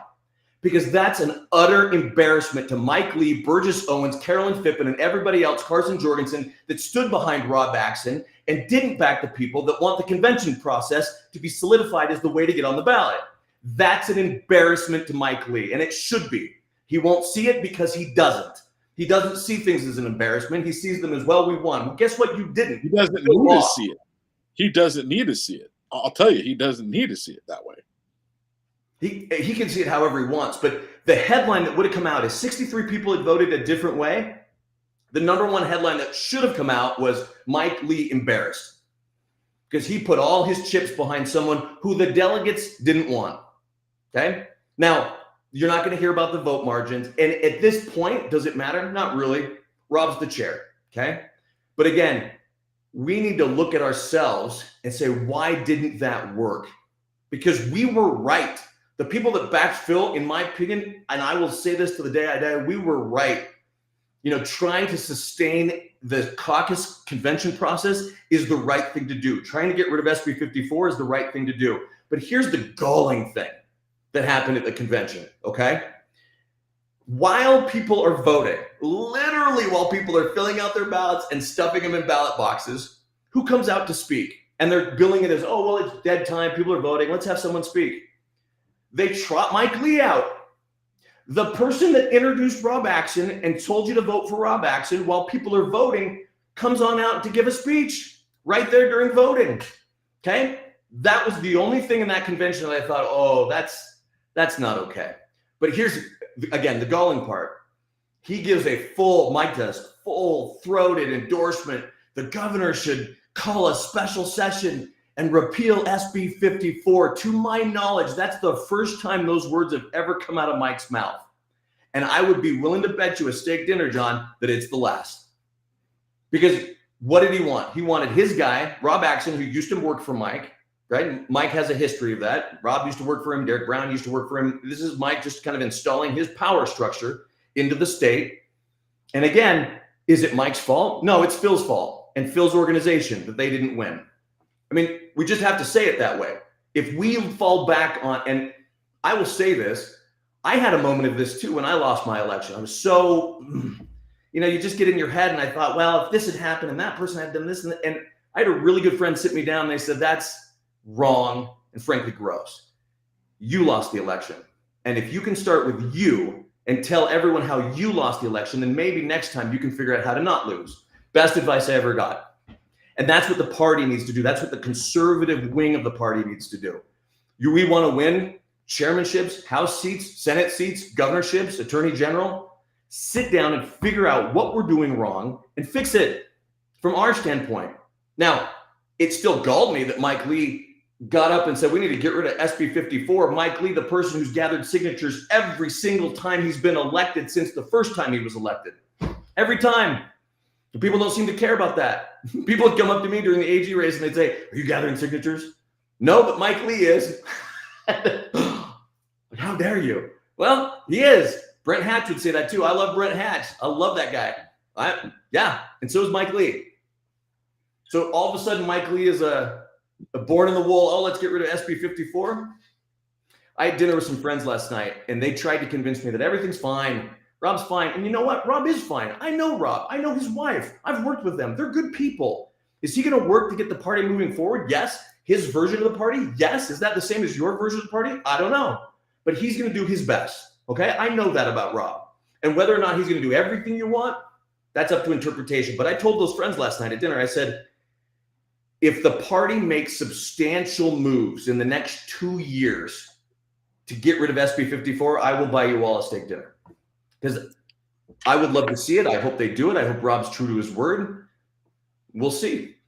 That was my take on the convention. Yeah, I definitely don't see that happening. I don't see a ton of effort being put forth by Rob to make that happen. Because what has to happen? At this point, it has to be legislative. And, short of Mike Lee getting on the bully pulpit again and demanding it, like, why would Mike Lee and Spencer Cox get rid of something that put Spencer Cox, if you believe he even got the signatures, why would he get rid of something that put him in power twice? They're not going to do it. No way. Okay, so here's a kind of an additional thought. I will say this. It was amazing the level of energy in the room for Phil Lyman versus the energy in the room for Rob Axon. People stood up and cheered for Phil Lyman, even after a speech that I agree was not underwhelming. I would have liked to have seen. It was. I would have liked to have seen just a little bit better and pointing out these are the things I will do. Something right as chairman, and I think Olivia did a little bit better job at that. Sure. And unfortunately for Olivia, she was first.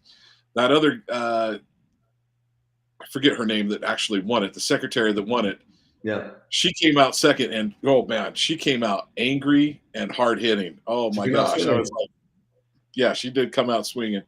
So, but my thought was, I felt that some of Rob's Stanford.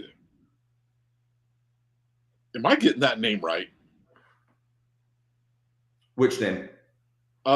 You may not see this in the private Oh, chat. Stafford Palmieri. Yeah. Stafford Palmieri. Yeah. So I would say this.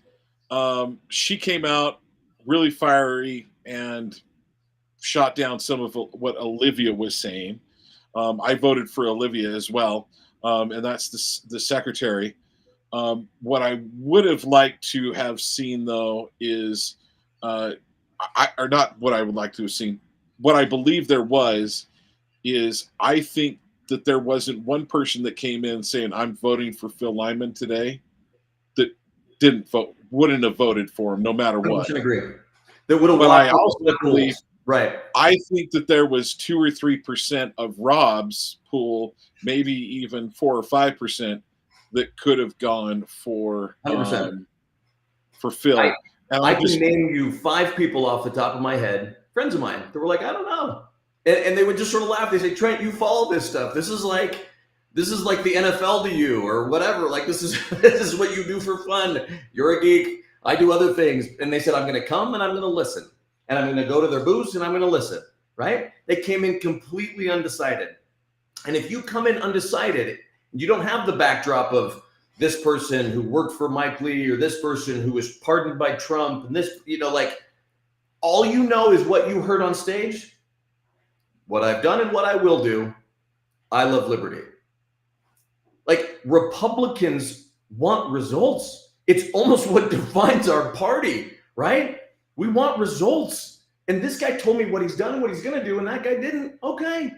I guarantee you, lay out 4 things that you want to do, okay, and how you're going to do them, and you win by 10%.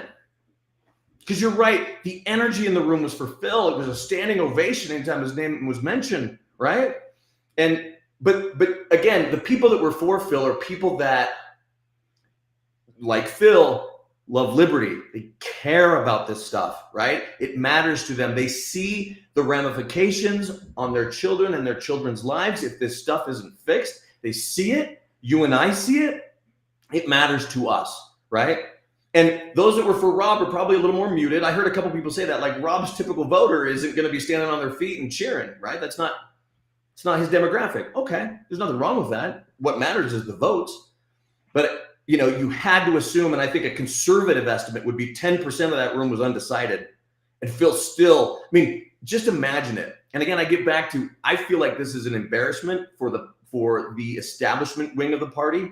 Especially with the money that was put behind the Rob. money, the endorsements, the flyers, the social media advertisements, Mike Lee, Burgess, Carolyn, Carson, they're all on stage. I don't know if you went and saw the booths. Rob had this huge booth and people walking all around, and Phil had his stuff. And people actually wearing Lyman for Governor t-shirts, right? It was just like, hey, I've been for Phil since he ran for governor, and like passionate, right? All of the money, and what did Phil have? It was Phil and a mic. That's it. Just Phil and a microphone. And again, there has to be somebody around Phil, somebody around the candidate, some organization, right, that says this is what we need to say. Because message, organization leads to money, and those 3 things become self-fulfilling, right? It becomes this virtuous cycle where the money helps you get the message out, and then you build a bigger organization, and that raises more money, and it just grows that way, right? But if there's no message, where there is no vision, the people, what is that scripture? where there is no vision, the people suffer, right? I would say this, in a little bit to contrast to what you're saying. This is one of the reasons why I love and revere Phil Lyman so much. Yeah, is because his sincerity, his goodness, and his willingness to do the right thing came through that strong that he can get to that point where he was at. And I think that's why so many people wanted to vote for him. And that's why so many people were behind him, is because it wasn't polished. Yeah. But I will concur. It would have been nice for him to say, "Here's a couple things from my vision moving forward." And you know who else isn't polished? You know who else isn't polished? Trump.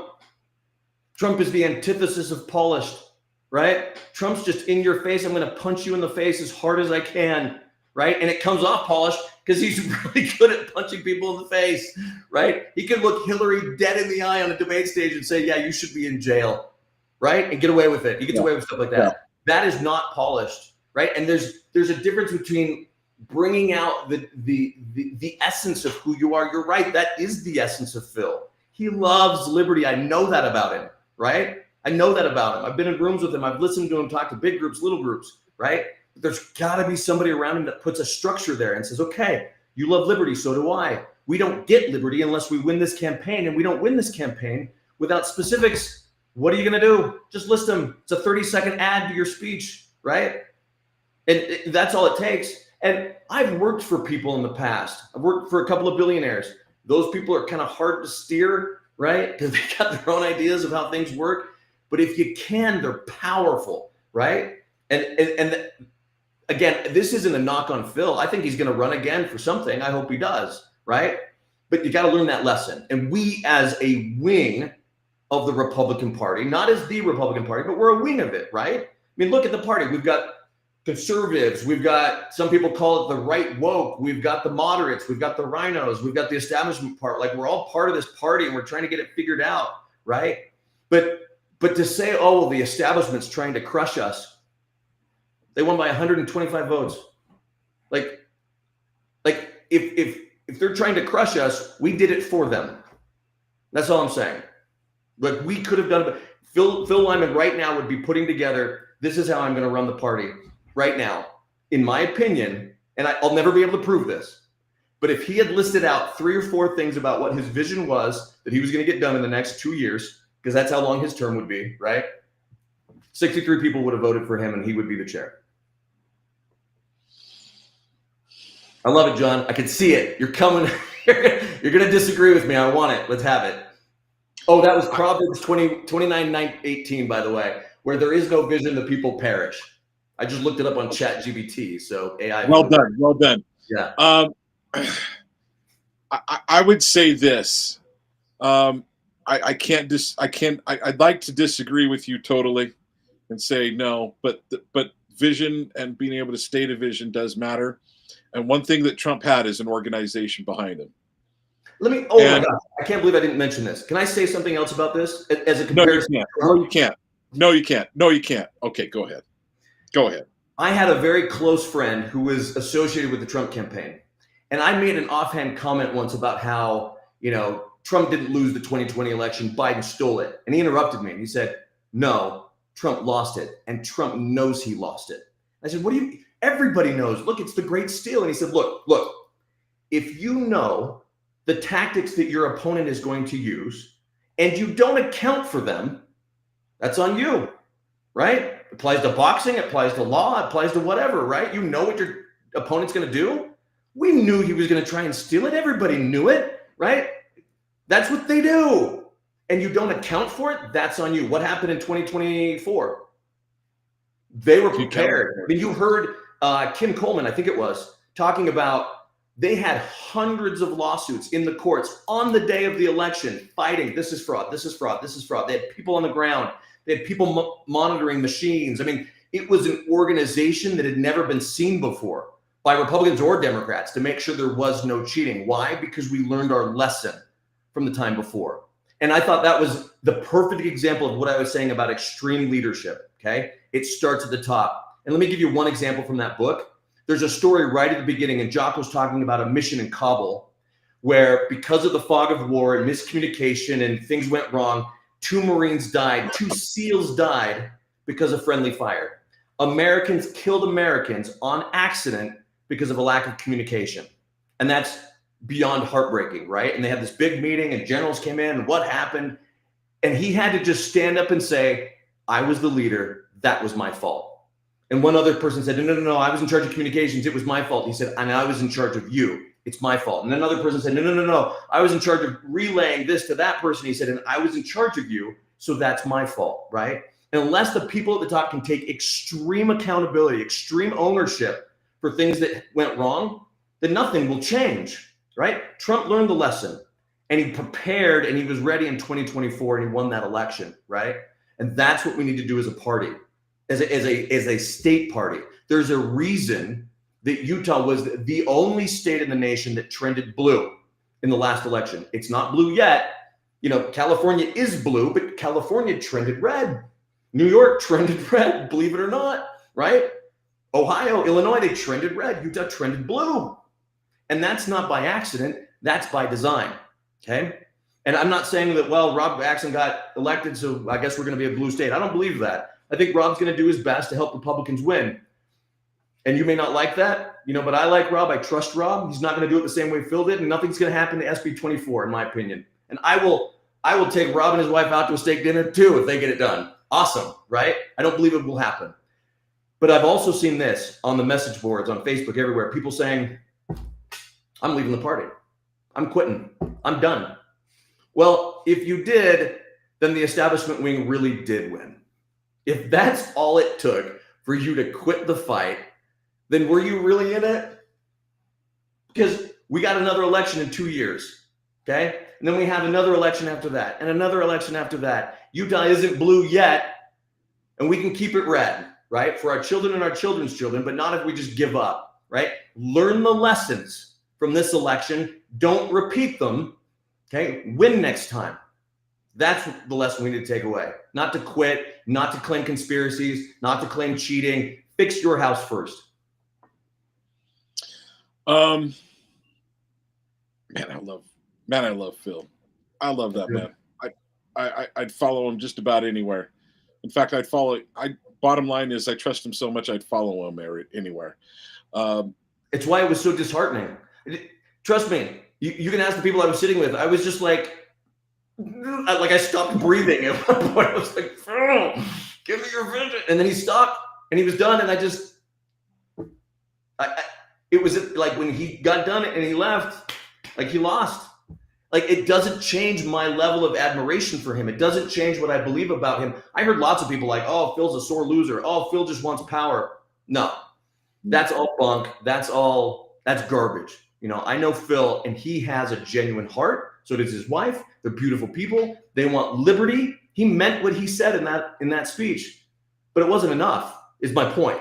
Like, you have to play to win. I will also say, I think those of us that are in the Phil Lyman camp, we need to do a better job in trying to draft and get our fellow neighbors that are Phil Lyman types to caucus. Yeah. I think that could make the difference too. So I would say that there are multiple reasons to not give up on this yet. And to not throw in the towel. And one of the things that people like, not just like you and I, who are here, you know, taking an hour of your day to be on some guy that nobody's ever heard of on Talk with John, right? Talk about this. I've heard of you. I like okay, you. You've heard of me. Yeah. So that's one. There's two of them out there. But the bottom line is, we need to do a better job. I was talking, there's a friend of mine, and I think both of you are thinking of the same person. And this person has a lot of influence and a lot of juice. And he was like, if Phil doesn't win it, I'm done with this thing. And I'm like, buddy, you're one of the leaders. We need to talk about bringing more. So when Phil Lyman here's, like I said, one of the great things about Phil Lyman is he's so pure that he doesn't even think about the organization. Sure. I think that. And that's a mistake. I think it's endearing, and I think that's one of the reasons why people flow to him. Is because he believes in what he's saying so much that he knows there's a huge percentage of people that he's going to be able to convince just from the liberty speech. Yeah. But what also needs to happen is fellow delegates need to go, I've got other friends of mine that would listen to Phil Lyman, that would have voted for Phil Lyman, and I've got to get them to come to delegate night. So that's one thing that I'm going to put on the audience. That's something we need to do individually. We can make happen. And had we gotten just 100 people more there, Phil Right. Lyman's there. I mean, and that's Right? a good point. There was only 67% of delegates that showed up. You know, maybe if another, to your point, another 100 or 200 show up, that swings the tide, right? Maybe. Then also, but I'm just even talking about on caucus night. Get your friends to caucus night so we can get them, so we can get voted in. I will say, I want to talk about a couple of things about who wasn't there. I did not see. Okay, so I didn't get there until as I shared, I'm preparing to move my family. In fact, there was a very big, almost a mutiny in my family of the people that still live in this house. They're like, Dad, you're leaving on a Saturday right before we're going to be moving to go and do. Where do we come in? Where do we fit in, Dad? You're like, come be a delegate. That's where you fit in. Yeah. You're going to be a delegate. You're not helping us move, prepare, box things up, and take things to the dump. If I had to choose between moving and being a delegate every time. Right. Yeah, true. I will give you that. But I'm trying to be there for my family. So I got there late because and here's another thing I'll share that so as I'm walking in, it seems like the party is doing everything they can to make sure they don't have people show up and not want to come back. Now, one thing is you're talking about caucus night? Caucus night or on Saturday? I'm talking about caucus night. I'm talking about last year. I'm talking about caucus night first, then last year at the convention, when we went till midnight. And the only reason why it didn't go any later is because they said, we have to be out of the building. They're kicking us out. Right. And then we went to the the UCCU Center where the basketball arena for UVU is. That was a great choice. Here's the problem. We picked it on a weekend that they were having a car show that they have every single week, every single year. Yeah. People were parking in Timbuktu. I had to park in Timbuktu to walk in. And I guarantee you, Dwayne, I agree. The party sucks. Ha, yes. So it feels like they're doing everything they can to get the average everyday citizen to not want to come back and do this. And as I was walking in, I was talking on my phone, talking about this. And I said, yeah, it seems like the party's doing everything they can to not get us to come back, because I'm parking in Timbuktu and last year's convention that went for 17 hours. And I had a guy next to me start chuckling. He said, yep, that's exactly right. Yeah. And you're not wrong. Yeah. So one other thing, and so I hope that some people within the party will listen to that and go, hey, we need to do a better job of not only getting a great venue like that, we need to do a better job of finding a date when we're not sharing a parking lot. Oh, so there were three things going on. There were three major things going on there at at UVU. There was the car show, and it was big. It's pretty big. It was taking up a lot of space. Then there's the convention, and there's the state baseball tournament. Yep. There were three things that were going on. The party has got to figure out a better time to do it, or a better way to do it, or a better place to do it. Sure. Okay. Then the next, but I do love the arena. Then the next thing is, who didn't show? I didn't see Governor Spencer Cox. Do you have a theory as to why? I do. I think anyone that was in the last year's would have a good theory why. Oh, well, how about this? Okay, so walking up around on the mezzanine, I don't remember seeing his booth. Why would he? Why would he? He doesn't need to be, does he? No, because there's SB 54. Because he gave a speech last year in which he, to their faces, made fun of the delegates and called them hateful. But here's the aftermath of that I think is interesting, that not a lot of people know about. So he loses at convention, loses big at convention, because he was just premeditatedly mean It didn't just come out of his mouth. He had planned on saying those things to those people for weeks, okay? And he relished it. Now, he loses, and maybe he gets the signatures, maybe he doesn't. I don't think he did. But he sees that, oh, wow, there's a lot of movement behind Phil, a lot of energy. A lot of people don't know this. He went on an apology tour, but it was a very exclusive apology tour. Okay? Okay? Oh, yes, I do know about that. I've talked about that. I don't know if your Please listeners, you might be saying it. I don't know if your listeners know please about share it. because I haven't mentioned it enough. The governor went to his allies, and I can give you one specific example where he would do little cottage meetings at the home of Derek and Emily Brown before Derek was elected, okay? And it was, hey, come listen to Spencer say I'm sorry. And they'd show up, and Spencer would grovel and say, I'm so sorry, I didn't mean it. But they only held it for, they didn't hold it for normal delegates. It was just people, and I'm not going to name names, which members of the state central committee were there, which people who always claimed to be super supportive of getting rid of SB 54, but all of a sudden are saying, you know what, Spencer Cox isn't such a bad guy. I went and listened to him grovel and tell me how sorry he was for calling those rednecks that live in Millard County hateful. Okay. And all of a sudden he gets just enough of these central committee members. Okay. He's a good guy. He goes to my church. I went to high school with him. He's fine. I met him at Derek's house. It's fine. And all of a sudden he's fine. So is he going to come? Is he going to come to the entire group and say, I'm sorry? Is he going to come and say, I'm sorry to you and me? Is he going to come and say, I'm sorry to the elderly couple that I met who drove all the way up from Manti on their own dime to be at the convention, and they were there last year? Is he going to come and look them in the eye and say, hey, I'm sorry for being an ass? No, he's not. He's not going to do that. Nope. Okay.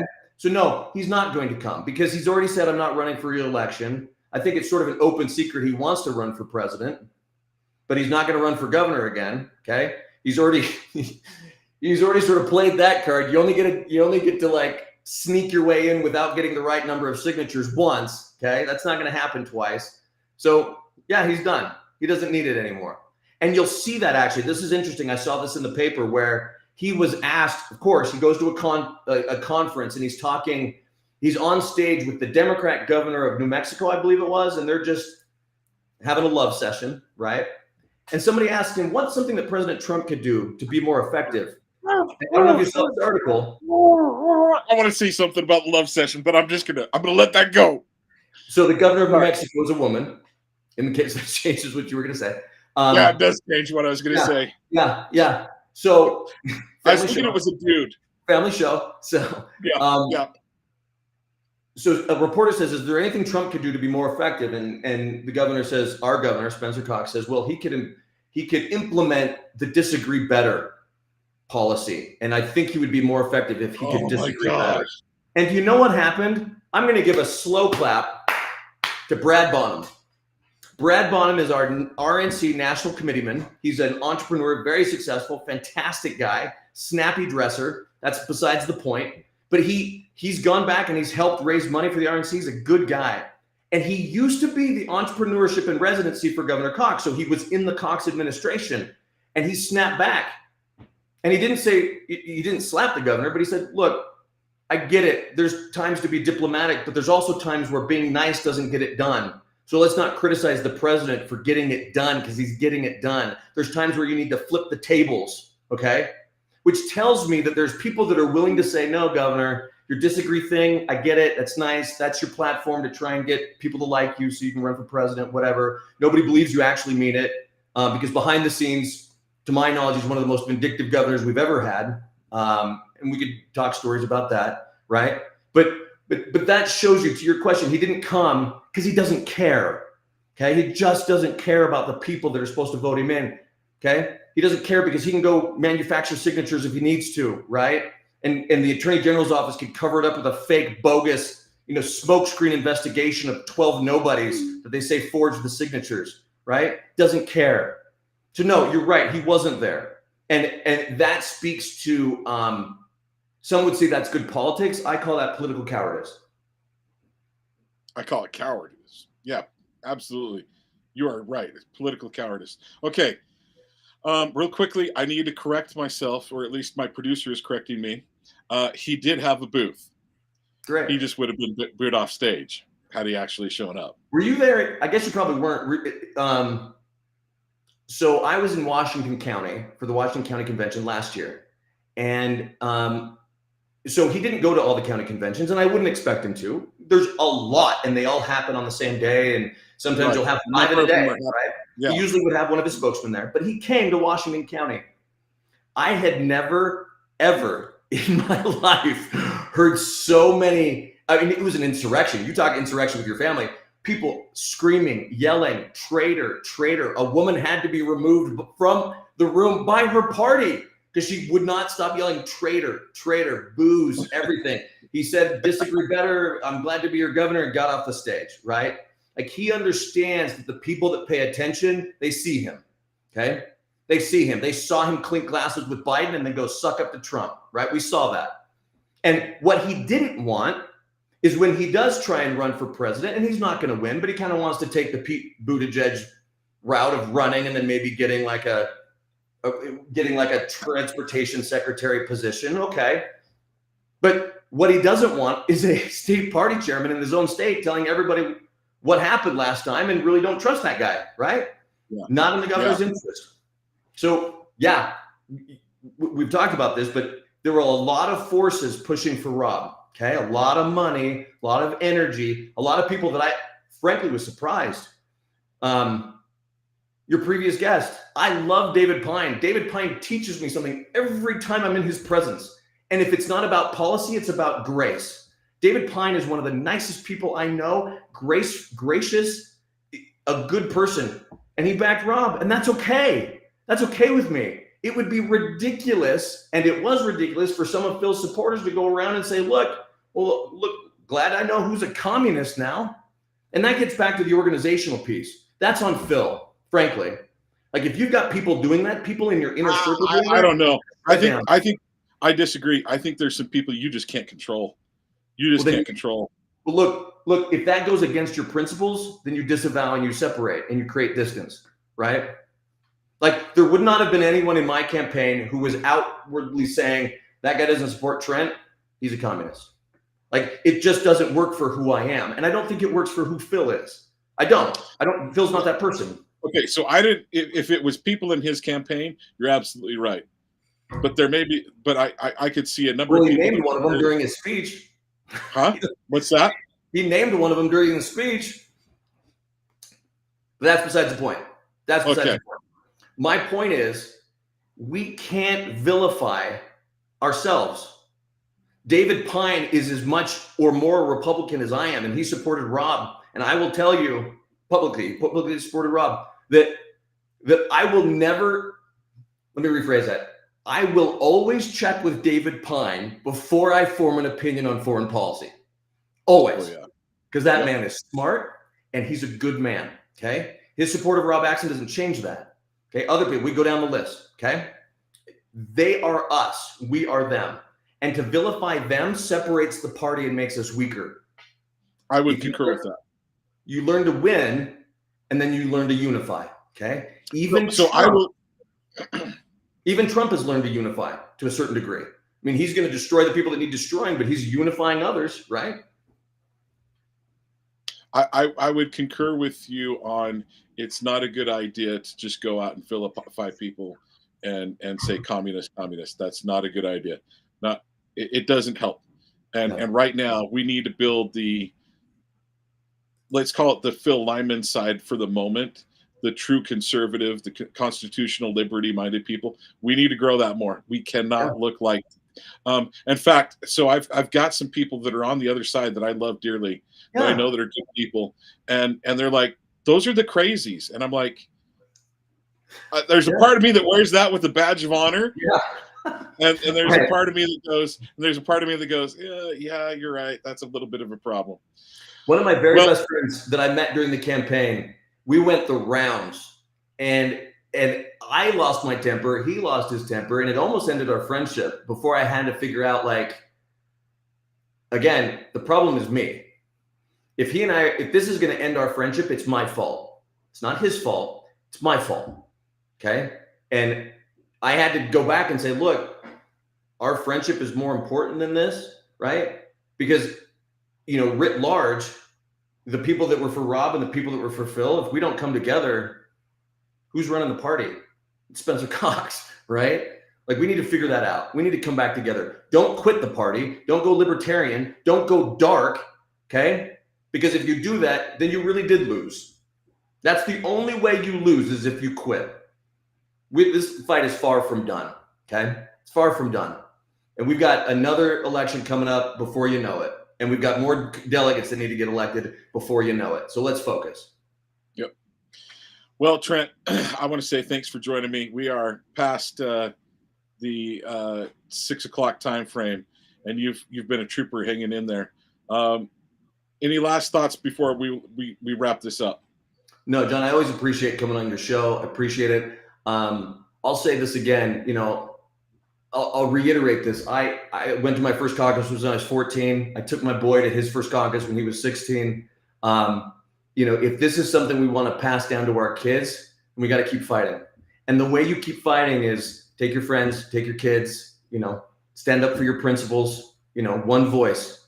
One voice turns into 63 voices, and that can change a party. So we didn't lose. We didn't lose. We only lose if we stop. We didn't lose everything. All right. Then we lost nothing. Okay. Trent, thank you for your time, folks. This has been Talk with John. If you want to hold on for just a second, I'm going to go ahead and end the stream. I also want to say thank you to Dwayne Benson, our producer, and David Pyne. Thank you for coming on. And thank you to the listeners for listening to this. Please share it. Please like it. I included a Trent at Trent for Utah is his Twitter handle. I've included him on that, and I will also include him on that when I kind of do the little wrap up comment for today's show. So, folks, this has been Talk with John. See you next Tuesday. We'll see who joins me. I'm working on someone. I think we might get him. So, Trent, thanks for your time, brother. Have a great evening.